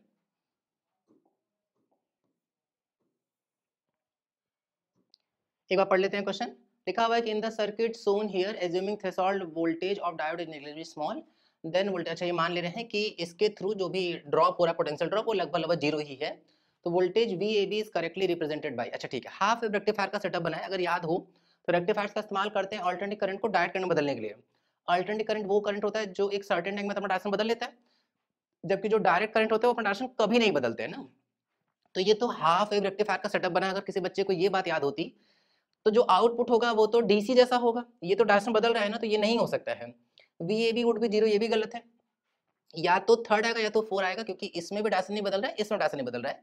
तो अगर किसी बच्चे को यही याद होता तो वो तुक्का भी मार के आगे बढ़ सकता था, लेकिन वियर्ड है भाई, जिस बच्चे को ये याद होता ना वो तुक्का ये मारता, जबकि थर्ड नहीं सही है, फोर्थ सही है, इसका ध्यान देते हैं।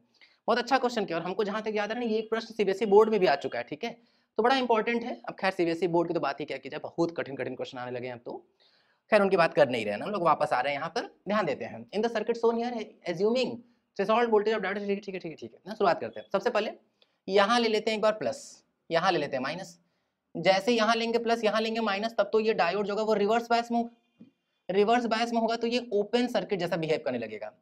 जैसे ही ओपन सर्किट जैसा बिहेव करेगा तब तो करंट फ्लो ही नहीं किया, जब करंट फ्लो नहीं करेगा तो इसके क्रॉस कोई पोटेंशियल ड्रॉप नहीं होगा, तो शुरुआत तो 0 होना चाहिए था, तो थर्ड गलत हो गया, फोर्थ सही हो गया, आ गया आंसर, ठीक है। फिर आगे बढ़ रहे तो भी हम लोग चेक कर लेते हैं प्रॉपरली। यहाँ ले लेते हैं, कहानी बदल रहे हैं, यहाँ ले लेते हैं माइनस, यहाँ ले लेते हैं प्लस, तो करंट ये फॉरवर्ड बायस में होगा तब तो करंट फ्लो करेगा इसके क्रॉस, करंट ऐसे ऐसे फ्लो करने लगेगा, क्योंकि जो करंट फ्लो करता है वो फ्लो करता है हमेशा high potential to low potential. प्रश्न में क्या पूछा गया, प्रश्न में VAB पूछा गया है, VAB, VAB मतलब ये पूछा जा रहा है VA माइनस VB, करंट कैसे फ्लो कर रहा है, B से A जा रहा है, इसका मतलब B हायर पे है ना, ये हायर ये लोअर, तो कंफर्म जो पोटेंशियल डिफरेंस होगा वो नेगेटिव में आएगा, इसलिए नेगेटिव में आएगा न कि पॉजिटिव में आएगा, तो थर्ड तो गलत हो ही चुका है पहले ही हम लोग का, ठीक है ना, ये भी गलत हो चुका है। और करंट फ्लो कर रहा है मतलब पक्के से पोटेंशियल डिफरेंस जीरो होगा, तो ये वाला लाइन भी हम गलत बोल देंगे क्योंकि लिखा है VAB would be zero at all the time, ठीक है।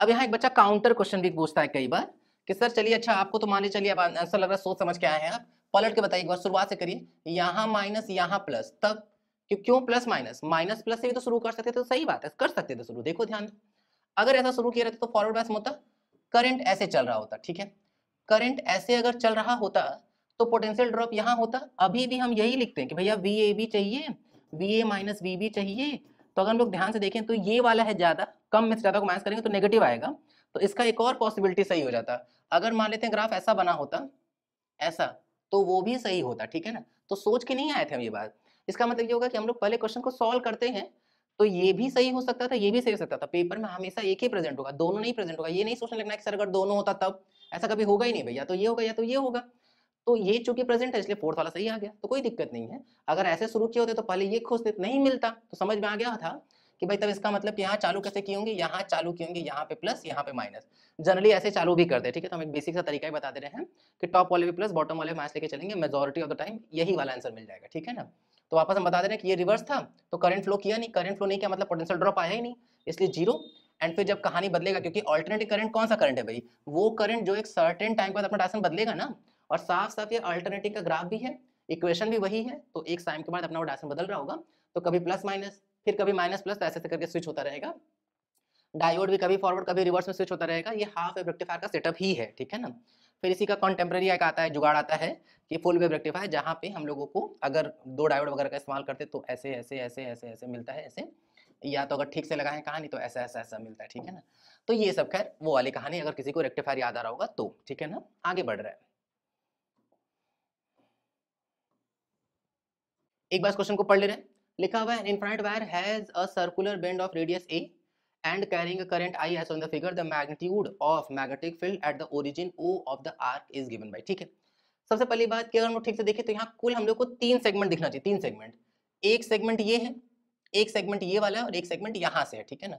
तो करंट जो होता है वो कुछ ऐसा ऐसा फ्लो कर रहा है, पहली बात इस सेगमेंट की वजह से इस पॉइंट O पर तो कोई मैग्नेटिक फील्ड नहीं आएगा, क्यों भाई, क्योंकि अगर बायट-सेवर्ट लॉ का फॉर्मूला याद हो तो वो भी कहाँ से एक्सप्लेन कर सकते हैं, और बाकी ये बात क्लास में बार बार टीचर्स बोलते हैं, तो हम उम्मीद कर रहे हैं कि वहां से भी याद हो ये बात, ठीक है। DL cross R by R का क्यूब होता है, तो अगर हम लोग वहां से चलें तो किधर भाई, डीएल भी इधर ही है, आर भी इधर ही है, दोनों के बीच में एंगल 0 डिग्री, तो साइन 0 0 हो जाएगा, क्योंकि क्रॉस प्रोडक्ट में साइन थीटा आता है, तो साइन 0 0 तो 0 हो जाएगा, ठीक है।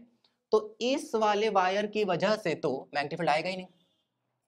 अब अगर हम इस आर की बात करें, अगर कोई सर्कुलर आर्क हो, करंट कैरिंग सर्कुलर आर्क, तो उसके सेंटर पर जो मैग्नेटिक फील्ड होता है उसका फॉर्मूला होता है mu naught I divided by 4 pi R into में थीटा, ये बहुत इंपॉर्टेंट फॉर्मूला है, जहां पे थीटा हमेशा किस में होना चाहिए, रेडियन में होना चाहिए, ये बात तो रटना भी है, ठीक है। फिर से वही बात की क्लास में फॉर्मूला ही बताया गया, कहाँ से है, बड़ा आसानी से ड्राइव भी कर सकते हैं भाई, कंप्लीट सर्कल होता तो 2 पाई एंगल बनता, और उस केस में मैग्नेटिक फील्ड जो होता है वो होता है mu naught I divided by 2r, very important result है भाई ये। तो 1 एंगल मतलब 1 रेडियन एंगल होगा तो क्या हो जाएगा, म्यू नॉट आई अपॉन में 4 पाई आर, अगर एंगल हो जाए थीटा तो यहाँ पे थीटा से मल्टीप्लाई कर देंगे तो क्या हो जाएगा, म्यू नॉट आई थीटा अपॉन में 4 पाई आर। तो ये कुछ इस तरीके की कहानी होगी अगर आर्क जैसे शेप का बन रहा होगा तो। चालू करते हैं, देखते हैं एक बार भाई, यहाँ पे जो सर्कुलर आर्क है वो कुल कितना एंगल बना रहा है, ये 90 डिग्री है, तो जो रिमेनिंग एंगल है वो 270 डिग्री हो जाएगा। 270 डिग्री को अगर हम लोग रेडियन बदल लें तो पाई बाई 180 से मल्टीप्लाई करेंगे तो क्या हो जाएगा, 9 0 0 कटा, 9 3 जा 27, तो क्लियरली कितना आ जाएगा, 3 पाई बाई में 2 आ जाएगा। रखते हैं भाई, तो मैग्नेटिक फील्ड नेट निकालना है तो दो लोगों की वजह से होगा, एक उस आर्क की वजह से और एक उस वायर की वजह से। अगर ठीक से दिख रहा हो तो उस पॉइंट के रेस्पेक्ट में वो एक सेमी इनफाइनाइट वायर है ना।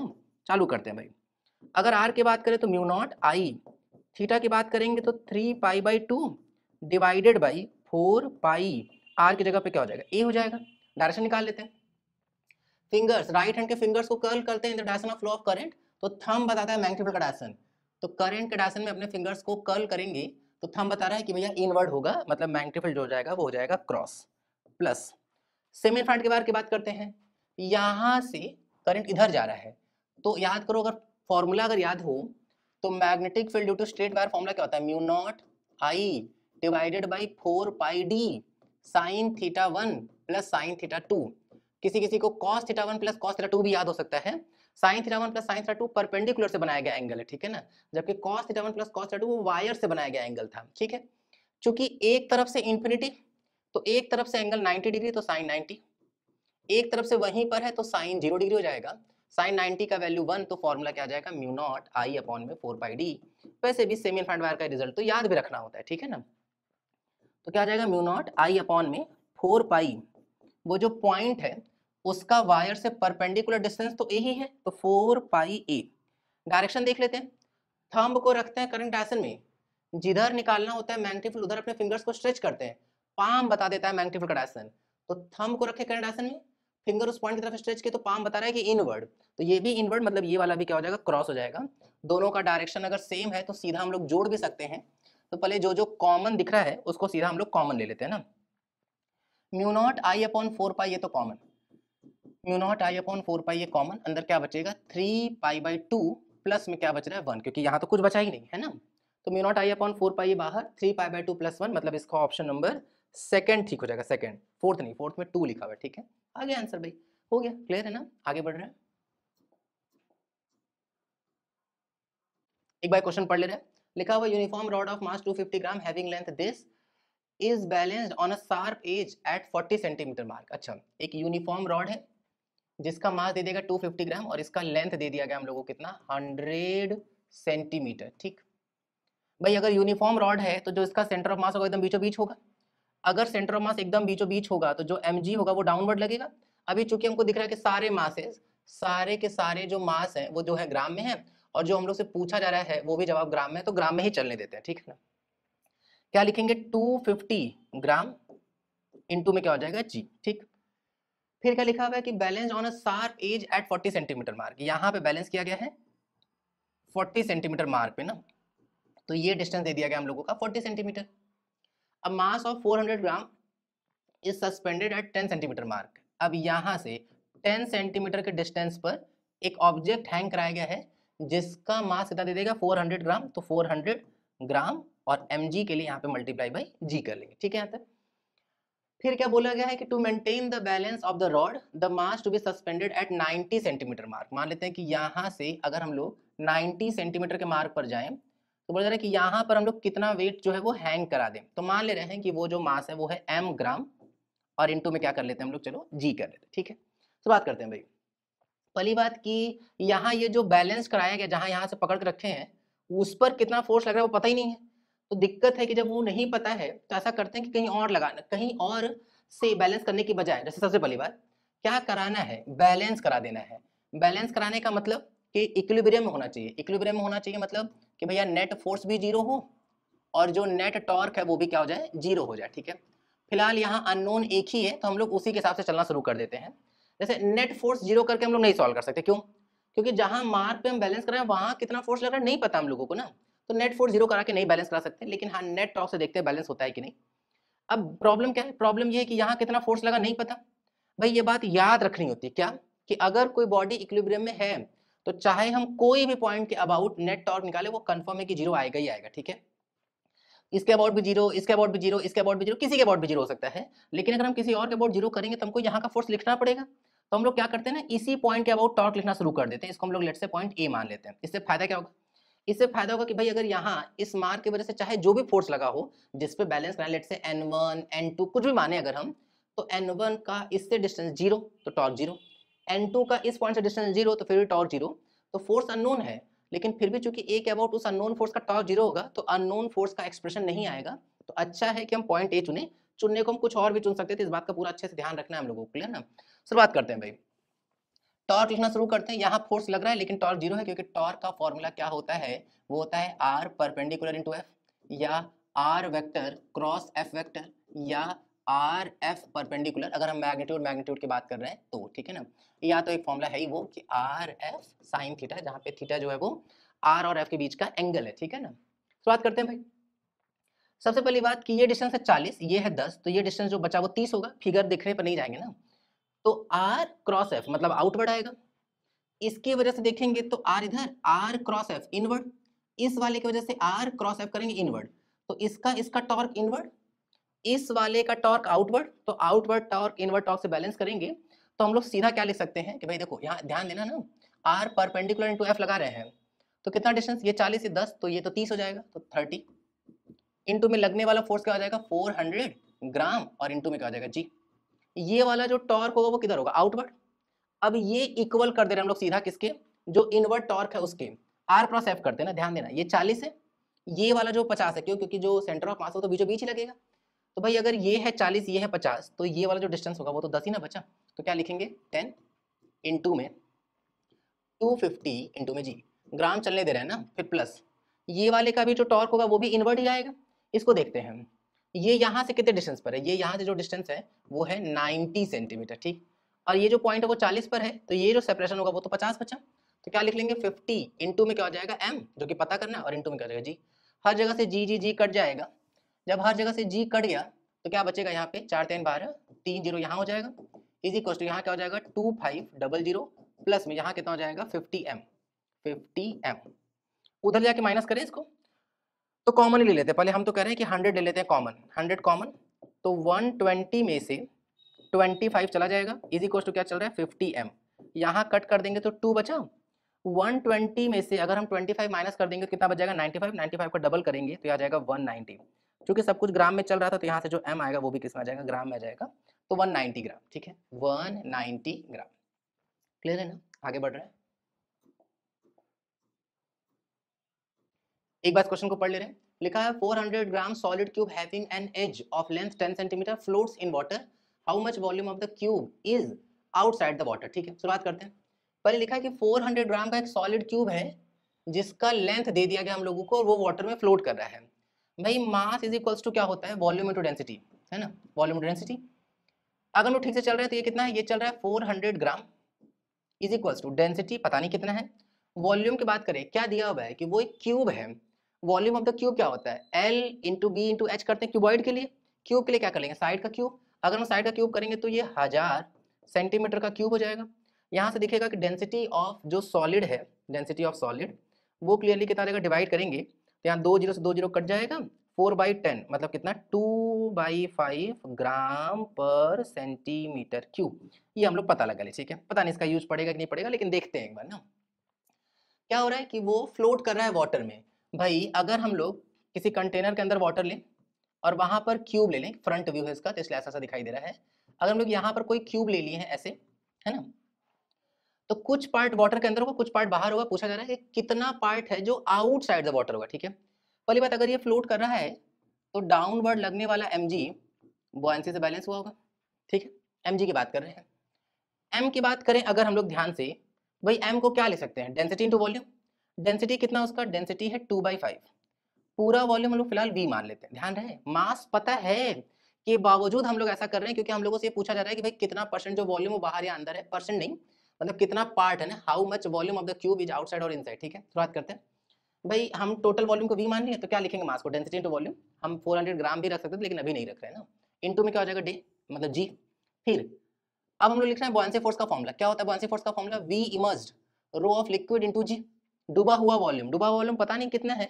अभी फिलहाल हम लोग उसको v इमर्ज्ड ही चलने दे रहे हैं, लिक्विड के नाम पे तो वाटर है, वाटर का डेंसिटी जो है वो 1000 kg पर मीटर क्यूब होता है या 1 ग्राम पर सेंटीमीटर क्यूब भी होता है, तो 1 ग्राम ही लिख लेते हैं ना, तो 1 ग्राम पर सेंटीमीटर क्यूब, क्योंकि ये भी ग्राम पर सेंटीमीटर क्यूब में है तो ये भी ग्राम पर सेंटीमीटर क्यूब में चलने दे रहे हैं ना, और इनटू में क्या हो जाएगा जी, जी से जी कटा, तो डूबा हुआ वॉल्यूम कितना है 2v/5 ना, इमर्ज्ड वॉल्यूम, तो आउटसाइड वॉल्यूम कितना होगा v आउटसाइड, भाई टोटल वॉल्यूम अगर हम v माने हैं, डूबा हुआ वॉल्यूम 2v/5 है, माइनस कर देंगे कितना आ जाएगा ये 3v/5, ये है इसका वो वाला वॉल्यूम जो आउटसाइड होगा, उसकी वैल्यू चाहिए इनको, शुरुआत करते हैं भाई, टोटल वॉल्यूम है कितना, टोटल वॉल्यूम जो है वो तो 1000 सेंटीमीटर क्यूब था, रख दे रहे हैं हम, तो यहाँ रखेंगे 1000 सेंटीमीटर क्यूब, कट करेंगे तो 5 2 10 200 मल्टीप्लाई कर लेंगे तो कितना आ जाएगा 600 सेंटीमीटर का क्यूब, 600 सेंटीमीटर क्यूब मतलब इसका ऑप्शन नंबर कौन सा आ जाएगा, फोर्थ आ जाएगा, क्लियर है ना।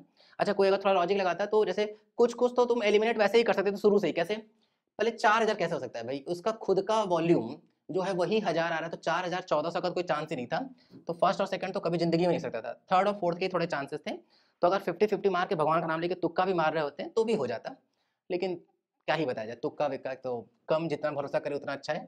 टेस्ट पेपर में सही हो जाता है और वहां जाके गलत हो जाता है। नहीं, आगे बढ़ रहे हैं हम लोग। एक बार क्वेश्चन पढ़ ले रहे हैं। लिखा हुआ है the magnetic field of an EM wave is given by this. ठीक है, ओके। क्या क्या आइडिया लग रहा है? पहले मैग्नेटिक फील्ड को देख करके हम लोग पहले वो सोच लेते हैं। मैग्नेटिक फील्ड को देख करके तो पहला आइडिया तो ये लग रहा है कि जो मैग्नेटिक फील्ड है वो है थोड़ा सा एक्स में थोड़ा सा वाई में, मतलब एक्स और वाई के अलॉन्ग चल रहे हैं, तो एक्स वाई मतलब मैग्नेटिक फील्ड जो होगा वो इधर कहीं होगा। ठीक है, ये हो गया हम लोगों का मैग्नेटिक फील्ड। ठीक, वेव के बारे में क्या आइडिया लग रहा है? यहाँ लिखा हुआ omega T minus omega Z by C, minus में है। अगर कभी भी लिखा, जैसे या तो ये बात बहुत पहले भी बता चुके हैं हम और फिर बता रहे हैं, ओमेगा टी माइनस के x minus omega T minus के एक्स लिखा है। अगर यहाँ लिखा है माइनस तो वेव चलता है प्लस एक्स में। अगर लिखा होता है ऐसे कि के एक्स प्लस ओमेगा टी ऐसा कुछ लिखा होता, या ओमेगा टी प्लस के एक्स लिखा होता, तो हम लोग इससे समझ जाते हैं कि जो वेव है वो नेगेटिव एक्स के अलॉन्ग चल रहा है। तो एक्स का कोफिशिएंट देखेंगे, अगर एक्स का कोफिशिएंट है नेगेटिव तो प्लस एक्स में चलेगा, और एक्स का कोफिशिएंट है पॉजिटिव तो नेगेटिव एक्स में चलेगा। ठीक है, यहाँ क्या है, जेड है, नेगेटिव जेड, इसका मतलब कि जो वेव होगा वो प्लस जेड का लॉन्ग चल रहा होगा, मतलब जो वेव होगा वो ऐसे आउटवर्ड होगा, आउटवर्ड ना, ऐसे आउटवर्ड वेव। अच्छा, इलेक्ट्रोमैग्नेटिक वेव का डायरेक्शन निकालते कैसे हैं? वो निकालते हैं हमेशा E vector cross B vector से। ये बात भी ध्यान रखनी है, सीबीएसई बोर्ड वगैरह में जब इससे क्वेश्चन पूछे जा चुके हैं तो हम लोगों को तो बहुत अच्छे से रटना ही है, अच्छे से ना। ई क्रॉस बी की बात करते हैं। अब ई क्रॉस बी से वेव आना चाहिए इधर। अब कैसे निकालते हैं? याद करो, क्रॉस रूल या राइट हैंड थंब रूल कैसे पढ़े हम लोग, कि पहले वेक्टर की तरफ फिंगर स्ट्रेच, दूसरे की तरफ फिंगर को कर्ल करते हैं। तो ई की तरफ स्ट्रेच करेंगे, बी की तरफ कर्ल करेंगे, तो जो राइट हैंड का थंब होगा, ये नहीं पता चला राइट हैंड घुमा रहे, लेफ्ट हैंड का थंब देख रहे हैं हम लोग, ठीक है ना। राइट हैंड के फिंगर्स को जब कर्ल करेंगे तो राइट हैंड का थंब जो होगा वो वेव का डायरेक्शन बताएगा। तो वेव का डायरेक्शन है इधर की ओर, तो हम लोगों को ई इधर होना चाहिए, तभी तो बी की तरफ कर्ल करेंगे तभी बाहर आएगा। भाई थंब बताएगा ना वेव के डायरेक्शन को, ई क्रॉस बी ही तो वेव का डायरेक्शन है, तो थंब इधर, तो ई पक्के से इधर कहीं जाना चाहिए, ई क्रॉस बी से ही बाहर की तरफ आएगा। और दूसरी एक और बात है कि ई वेक्टर और मैग्नेटिक फील्ड वेक्टर दूसरे के परपेंडिकुलर होते हैं हमेशा। तो ये रहा भाई ई वेक्टर और ये है बी वेक्टर, इसका मतलब कंफर्म हो गया कि अगर ये है एक्स एक्सिस वाई एक्सिस जो कि है, तो इलेक्ट्रिक फील्ड होना चाहिए पॉजिटिव एक्स में नेगेटिव वाई में, positive x negative Y, positive x negative Y हो सकता है, पॉजिटिव एक्स पॉजिटिव वाई गलत, पॉजिटिव नहीं गलत, पॉजिटिव एक्स नेगेटिव वाई, दो ऑप्शन बचे फर्स्ट और फोर्थ ना। तो इस बात से भी हम लोग यहाँ तक पहुंच सकते थे। ठीक, एक और चीज भी है कि अगर हम लोग को मान लेते हैं मैग्नीट्यूड से डील करना है, तो जो मैग्नीट्यूड होता है वो E is equal to C into B होता है, सी इंटू बी, मतलब जब हम इलेक्ट्रिक फील्ड का मैग्नीट्यूड निकाल रहे होंगे तो मैग्नेटिक फील्ड के मैग्नीट्यूड में सी से मल्टीप्लाई करना पड़ेगा, तो सी से मल्टीप्लाई करना पड़ेगा, सी से मल्टीप्लाई दोनों जगह है। अब हम लोग एक और चीज पे ध्यान दे लेते हैं कि कहीं, और भाई ये भी उसी वेव को बताएगा, ये भी उसी वेव को बताएगा, तो जो अंदर का फैक्टर वो बदलना नहीं चाहिए। अरे यहाँ तो अंदर का फैक्टर ही बदल गया भाई, 4 तो कभी हो ही नहीं सकता है, क्योंकि दोनों अगर सेम वेव को बता रहे हैं तो इसके अकॉर्डिंग भी तो वेव जो है वो माइनस जेड के अलॉन्ग नहीं प्लस जेड के अलॉन्ग में चलना चाहिए। ये बता रहा है प्लस जेड, ये बता रहा है प्लस जेड, ये बता रहा है प्लस जेड, ये भी नहीं बता रहा है प्लस जेड, ये भी नहीं बता रहा है, तो थर्ड और फोर्थ तो वैसे भी गलत हो गया। ठीक है, तो केवल कौन सा ऑप्शन आ जाएगा? इसका ऑप्शन नंबर फर्स्ट ठीक हो जाएगा। उसी वेव को बता रहा है, सी का मल्टीप्लाई भी है, प्लस एक्स में है और माइनस वाई में है, ठीक है ना।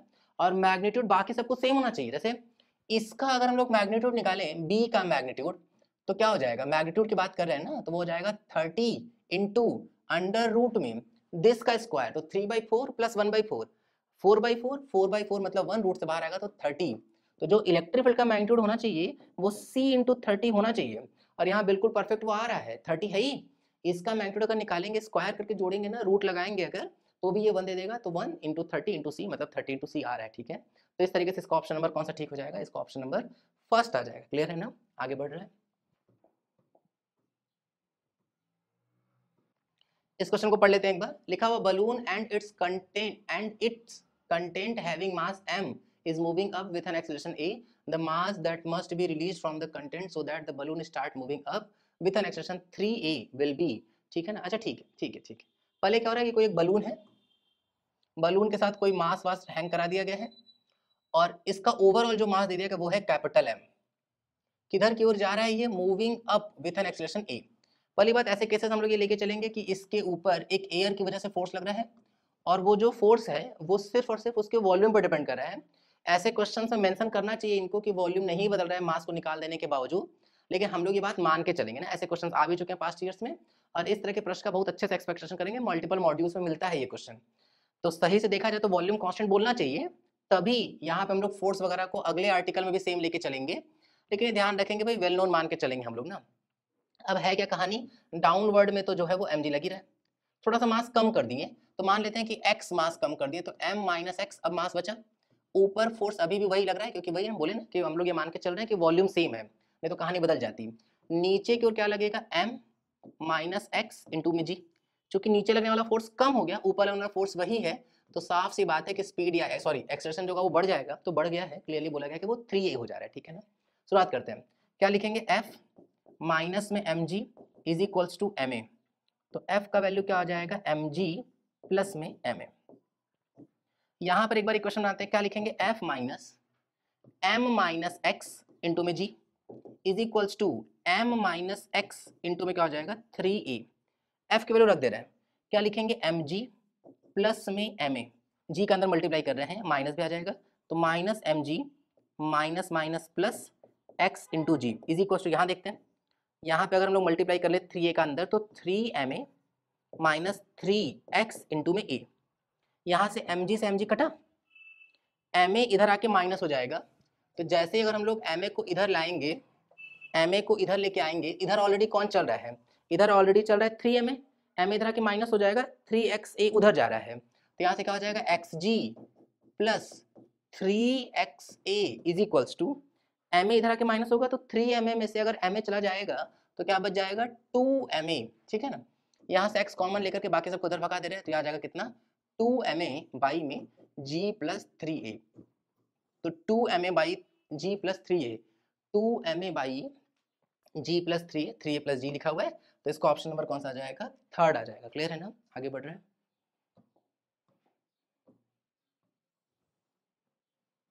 एक बार क्वेश्चन को पढ़ ले रहे हैं, लिखा हुआ conducting bar move on to conducting rail, अच्छा ठीक है, as on the figure a constant magnetic field B exists into the page the bar start to move from the vertex at time t equal 0 with a constant velocity if the induced EMF, अच्छा ठीक है, मतलब यहाँ vertex से चलना शुरू किया, मतलब शुरुआत में वो यहाँ कहीं था ना।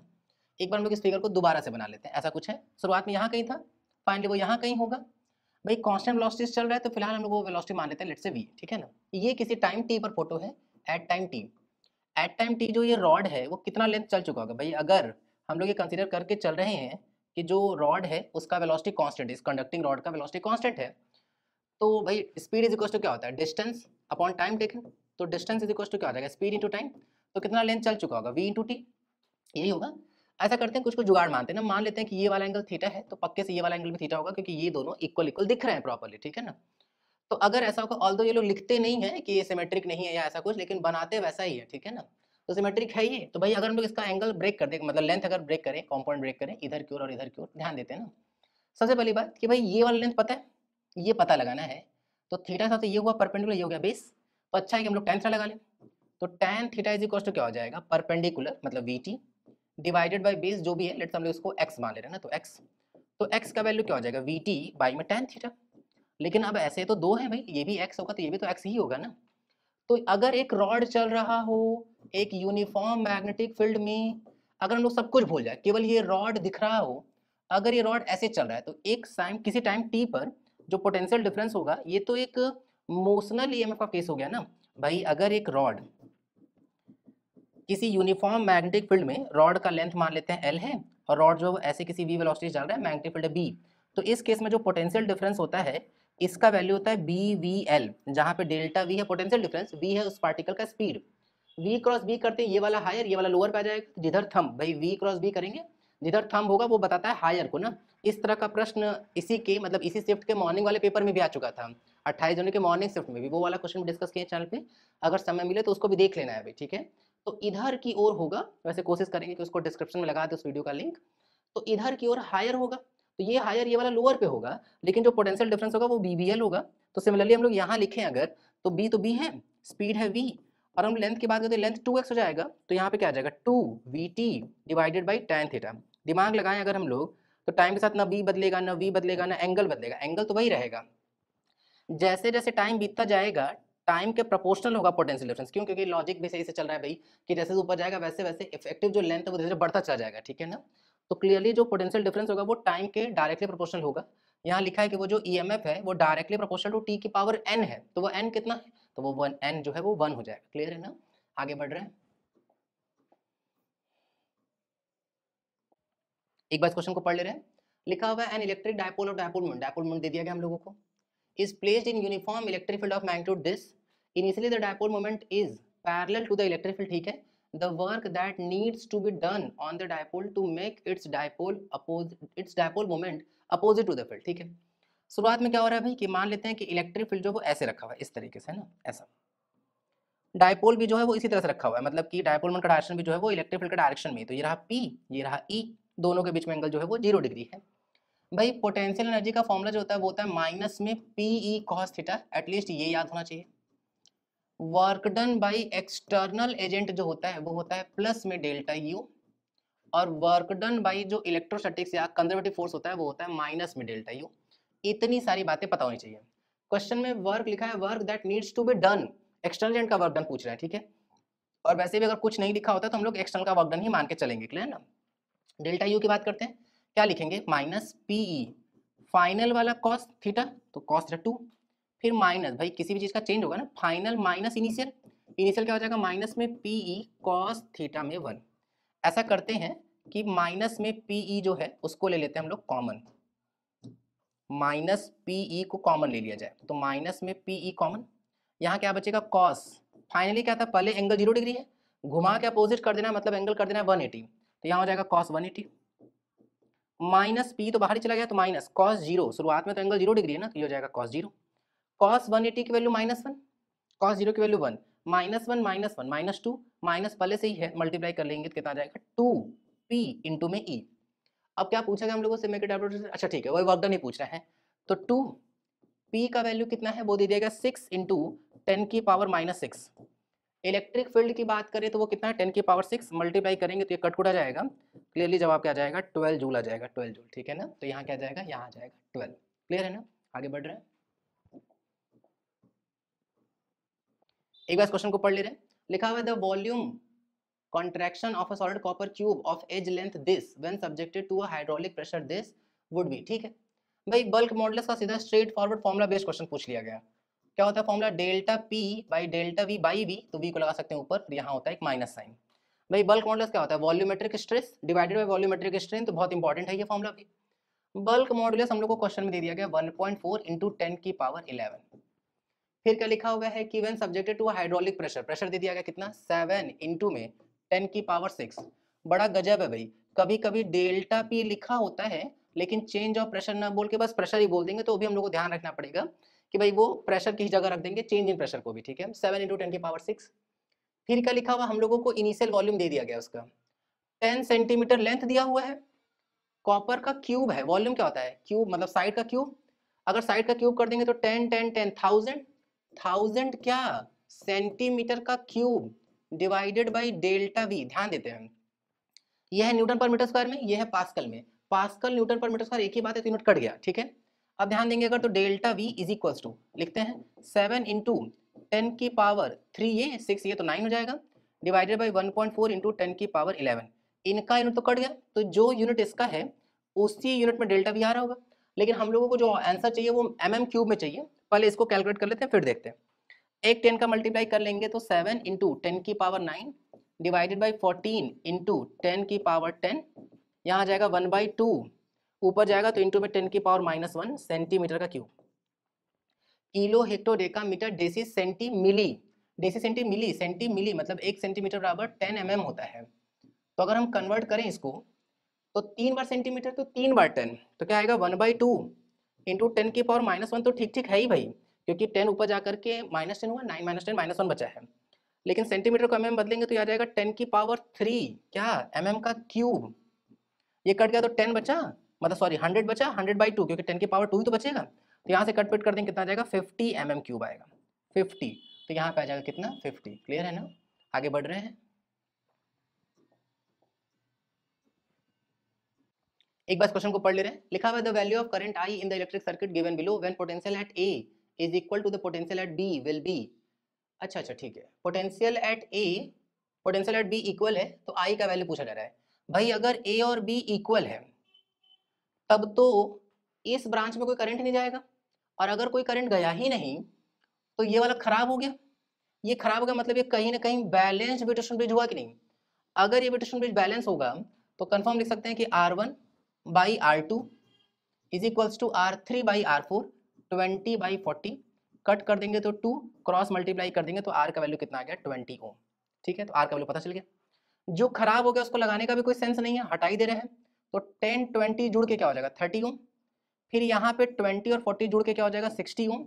ये दोनों आपस में किस में कनेक्ट हो जाएंगे पैरेलल में, और ये खुद जुड़ा हुआ है एक 40 वोल्ट की बैटरी से। ठीक, अगर हम लोग इन दोनों का इक्विवेलेंट निकालेंगे पैरेलल में, आर इक्विवेलेंट का फॉर्मूला हो जाएगा R1 R2 by R1 plus R2। तो 33 या 3 से कट जाएगा, तो जो आर इक्विवेलेंट आ जाएगा वो कितना आ जाएगा 20 ओम आ जाएगा। ठीक, करंट निकालेंगे तो I इज इक्वल टू क्या आ जाएगा V बाई आर। तो यहाँ से क्लियरली 40 बाई में 20, तो जो करंट आ जाएगा वो कितना आ जाएगा, वो आ जाएगा क्लियरली 2 एम्पियर। ठीक है ना, तो करंट आ गया 2 एम्पियर, एम्पियर में जवाब चाहिए तो इसका आंसर क्या आ जाएगा 2 आ जाएगा। क्लियर है, आगे बढ़ रहे हैं। एक बार क्वेश्चन को पढ़ ले रहे हैं। लिखा हुआ thin transparent film with refractive index 1.4 is held on circular ring of radius 1.8 centimetre. The fluid is the fluid in the film evaporates such that the transmission through the film at wavelength this and this goes to a minimum every 12 seconds, assuming that the film is flat on its two sides, the rate of evaporation is। ठीक है, अब देखने में थोड़ा अजीब सा question लग रहा है, लेकिन है नहीं, कुछ बहुत कठिन क्वेश्चन नहीं है, दिमाग लगा के हम लोग कर सकते हैं इसको।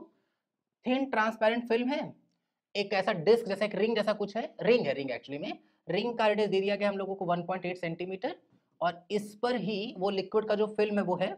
बोला जा रहा है कि साइड्स जो है उसका हम लोग को फ्लैट मान करके चलना है ना, तो ये कुछ इस तरीके से। ठीक, अब है क्या ना कि वो जो रिंग है उस पर एक खूब अच्छी खासी लेयर तक वो लिक्विड है ना, और वो हर बार क्या हो रहा है कि जैसे उस पर धूप पड़ रही है तो धीरे धीरे जो लिक्विड होगा वो इवेपोरेट होगा, किसी और रीजन से भी हो सकता है, तो वो इवेपोरेट हो रहा है, एक सर्टेन लेयर इवेपोरेट होती जा रही है। तो लगातार हर 12 सेकंड बाद हम लोगों को एक एक मिनिमा मिल रहा है उसमें। ठीक है, पहले हुआ क्या होगा एक बार हम लोग रफली इसको सोच लेते हैं कि एक रे आया होगा, रिफ्लेक्शन रिफ्रैक्शन करके अंदर गया होगा, यहाँ पे भी रिफ्लेक्शन रिफ्रैक्शन दोनों होगा, ऐसे बाहर निकला होगा, एक अंदर रिफ्रैक्ट करके गया होगा, वहां से भी रिफ्लेक्शन रिफ्रैक्शन दोनों हुआ होगा, रे वापस यहाँ आया होगा, यहाँ पे भी रिफ्रैक्शन और रिफ्लेक्शन हुआ होगा।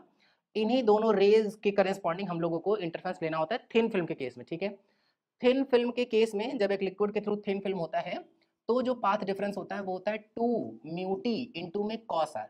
पहले तो ये फॉर्मूला ही है, जहाँ पे म्यू उस लिक्विड का रिफ्रैक्टिव इंडेक्स होता है, टी जो है वो उसका थिकनेस होता है, और अगर ये आई पर आया है और रिफ्रैक्शन एंगल आर है तो यही वो वाला एंगल आर है ना। अब पहले ये कहाँ से आ रहा है, ये फॉर्मूला कहाँ से आ रहा है, अगर ये जानना है तब तो इस पे वीडियो बना चुके हैं हम ऑलरेडी, और उस वीडियो का लिंक जो है वो डिस्क्रिप्शन मिल जाएगा, वहां जाकर के देख सकते हैं। और अगर ये फॉर्मूला पता है फिर तो हम लोग आगे कंटिन्यू कर रहे हैं। अब चूंकि इस पूरे क्वेश्चन में कहीं पे भी आर के बारे में डिस्कशन नहीं हुआ, इसका मतलब ये मान रहे होंगे कि बहुत नियरर टू द नॉर्मल रहा होगा रे। आई भी बहुत छोटा होगा तो आर भी बहुत छोटा होगा, और अगर थीटा बहुत छोटा होता है तो कॉस थीटा 1 हो जाता है, तो कॉस आर जो है 1 हो जाएगा। इसीलिए यहाँ पर जो पार्ट डिफरेंस का फॉर्मूला है वो हम लोगों को इस्तेमाल क्या करना है 2 म्यू इंटू में टी। चूंकि बार बार मिनिमा मिल रहा है तो पार्ट डिफरेंस जो होगा वो मिनिमा के लिए लेके चलेंगे, और मिनिमा में जो पार्ट डिफरेंस होता है वो वही चलेगा जो वाईडीएससी में चलता रहा है। क्या लिख लेंगे हम लोग 2n+1 लैम्डा बाई 2, या फिर 2n-1 लैम्डा बाई 2 भी लिख सकते हैं। अगर 2n-1 लैम्डा बाई 2 लिख के चल रहे हैं तब जो n का वैल्यू वो 1 से शुरू करना पड़ेगा, अगर 2n+1 लैम्डा बाई 2 लिखे हैं तो n का वैल्यू 0 से शुरू कर सकते हैं। ठीक है, तो ये इतनी सारी कहानी है जो हम लोगों को पहले से ही पता होनी चाहिए। ठीक है ना, ये इतनी सारी बातचीत हो गई। अब हम लोग आगे कंटिन्यू कर रहे हैं ना, ध्यान देना। अब चूंकि हम लोग को मिल चुका है कि भाई 2n+1 लैम्डा बाई 2 है, आगे बढ़ रहे हैं हम लोग। भाई क्या चाहिए पहले एक बार वो पढ़ लेते हैं। लिखा हुआ है कि ट्रांसमिशन थ्रू द फिल्म हो रहा है, वेवलेंथ दे दिया गया हम लोगों को, मिनिमा हो रहा है हर 12 सेकंड में, assuming that the film is flat on it's two sides, sides पर वो फ्लैट है। तो बोला जा रहा है कि द रेट ऑफ इवेपोरेशन क्या होगा। पहले बात तो यही है कि यही नहीं पता चलता है, कई बार फ्लूइड में ऐसे ही आता है कि rate of flow of fluid बोलते हैं एक तो वो, और वैसे यहाँ पे बोला जा रहा है रेट ऑफ इवेपोरेशन, नहीं पता चल रहा है, लिटरली नहीं भी पता चल रहा था, हमको भी नहीं पता चल रहा था, लेकिन पता कहाँ चल गया, पता चल गया वॉल्यूम, यहाँ यूनिट से कि भैया मीटर क्यूब पर सेकंड लिखा हुआ है, मतलब साफ साफ ये वॉल्यूम अपॉन टाइम है। तो जो रेट ऑफ इवेपोरेशन है वो कुछ और नहीं, वॉल्यूम डिवाइडेड बाई टाइम है। क्योंकि है ये रिंग पर, तो रिंग का एरिया तो हमेशा फिक्स रहेगा, वॉल्यूम क्या होता है एरिया इनटू लेंथ, तो एरिया को ऐसे हम कांस्टेंट मान के बाहर कर भी दें तो यहाँ बचेगा dl बाई वी dt। एक लार्जर चेंज होगा तो हम लिख सकते हैं delta L divided by delta T. ध्यान देते हैं ना, अगर हम लोग इस हिसाब से चलें तो हो क्या रहा है कि जैसे जैसे लिक्विड इवेपोरेट हो रहा होगा तो हम लोग ये मान ले रहे हैं कि अभी अभी मान ले रहे हैं कि टी थिकनेस है ना, अब 12 सेकंड बाद ये इवेपोरेट होकर खत्म हो जाएगा। ठीक, तो यहाँ एक मिनिमा बन रहा होगा तो हम लोग सबसे शुरुआत करें ना। पहली बात डेल्टा एक्स बराबर क्या मिल चुका है हम लोगों को 2 म्यू टी, और इजी क्वेश्चन क्या मिल चुका है 2n+1 लैम्डा बाई 2। ध्यान देते हैं ना लगातार हो क्या रहा है कि लगातार यहाँ पे जो लिक्विड का जो लेयर बना हुआ है ऐसे रिंग पर, ये ऐसे पूरा एक पाइप नुमा ऐसा लिक्विड बना होगा, तो वो लिक्विड धीरे धीरे इवेपोरेट हो रहा है। तो अगर हम लोग n का वैल्यू 0 रखें, 0, तो भाई मिनिमा की बात करें ना, तो n का वैल्यू 0 रखेंगे तो पार्ट डिफरेंस कितना हो जाएगा, लैम्डा बाई 2। n का वैल्यू 1 रखेंगे तो 3 लैम्डा बाई 2, फिर कितना हो जाएगा 5 लैम्डा बाई 2, फिर कितना हो जाएगा 7 लैम्डा बाई 2। मतलब n की वैल्यू हम धीरे धीरे रखते जा रहे हैं, 0 फिर 1 फिर 2 फिर 3 ऐसे रखते जा रहे हैं, ठीक है। हर 12 सेकंड में जो पाथ डिफरेंस है वो ऐसा ही चल रहा होगा, और यही तो रीजन है कि हर 12 सेकंड के बाद हम लोग को मिनिमा मिल रहा है। तो अगर हम लोग डिफरेंस के हिसाब से चले तो पहली बात कि यहाँ देखते हैं, यहाँ भाई इवेपोरेशन की वजह से हो क्या रहा होगा कि लगातार ये जो लेंथ है वही तो बदल रहा होगा, लगातार वो लेंथ चेंज हो रहा होगा। अगर हम लोग इधर चेंज करेंगे तो हम लोग इधर भी चेंज ले लेते हैं, कि मान लेते हैं कि शुरुआत में जो पार्ट डिफरेंस था वो था लैम्डा बाई 2, ठीक है। फिर क्या हो गया 3 लैम्डा बाई 2, तो डिफरेंस कितना का हो गया 3 लैम्डा बाई 2 माइनस में लैम्डा बाई 2, कितना आ जाएगा 2 लैम्डा बाई में 2, 2 2 कट गया तो किसके बराबर हो जाएगा, लैम्डा के। ये डिफरेंस ले लिया हमने, इसका डिफरेंस। यहाँ तो 2 म्यू कांस्टेंट और डिफरेंस हम लोग किस में ले रहे हैं, टी में, और ये किसके बराबर कर दे रहे हैं, लैम्डा के बराबर। पहले ये सब समझ में आ रहा है, ये कहाँ से लिख लिया हम लोग, बहुत इंपॉर्टेंट बात ये है। पहली बात, एक सर्टेन टाइम पे मान लेते हैं टी थिकनेस था और ये इसके बराबर कर दिया, पहला मिनिमम मिला मान लेते हैं, तो हम लोग n की जगह पे 0 रखे तो कितना हो गया लैम्डा बाई 2। अगला मिनिमम कब मिलेगा 3 लैम्डा बाई 2 पे, तो हम लोग देखें कि डिफरेंस कितना हुआ, तो डिफरेंस आएगा लैम्डा। अब शुरुआत में कुछ ना कुछ टी रहा होगा ना, 2 म्यू टी, बाद में वो किसी वैल्यू से घट गया होगा ना, तो टी माइनस में डेल्टा टी। अगर हम लोग इन दोनों का डिफरेंस ले लें तो क्लियरली 2 म्यू टी कट जाएगा और ये क्या बन जाएगा 2 म्यू इंटू में क्या हो जाएगा डेल्टा टी। तो कुछ इस तरह की कहानी है ना, और 2 म्यू डेल्टा टी हम लोग किसके बराबर कर दिए, जो यहाँ डिफरेंस निकाले तो उसके बराबर, ठीक। तो यहाँ पे जो हम लोगों को डिफरेंस मिला डेल्टा टी, वो किसके बराबर मिल गया, डेल्टा टी बराबर मिल गया है lambda divided by 2 into mu. अब यहाँ देखते हैं एक बार, ये जो डेल्टा एल है उसी की जगह पुट करें, भाई एरिया क्या लिखेंगे, एरिया हम लोग रिंग का एरिया लिख सकते हैं पाई आर का स्क्वायर, आर की वैल्यू क्या दे दी गई 1.8 सेंटीमीटर, तो 1.8 बाई 100 इंटू में 1.8 बाई 100 है ना, सर्कुलर है ना वो, तो पाई आर स्क्वायर हो जाएगा।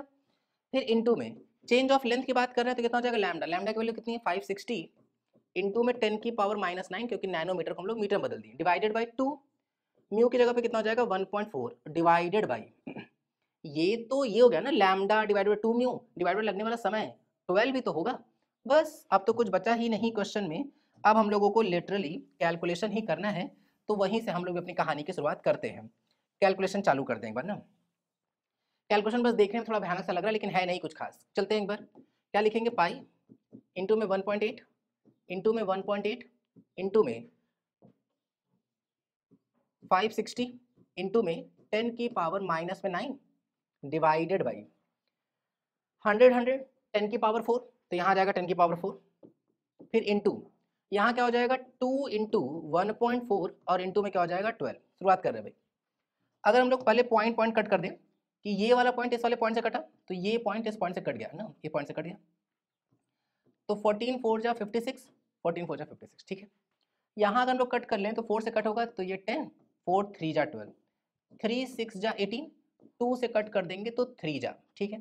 10 का मल्टीप्लाई कर देंगे तो यहाँ पे क्या आ जाएगा पाई इंटू 1.8 में 10 का मल्टीप्लाई करेंगे तो 18, और इंटू में क्या चल रहा है 3, इंटू में ये 10 की पावर -9 ऊपर जाएगा 10 की पावर 4 तो -4 वो भी, तो 10 की पावर -9 10 की पावर -4 10 की पावर -13 हो जाएगा, ये हो जाएगा 54 पाई इंटू में 10 की पावर -13, ठीक है। और हम लोग सब कुछ एमके सिस्टम में लेके चले हैं तो क्लियरली ये मीटर क्यूब पर सेकंड आ जाएगा।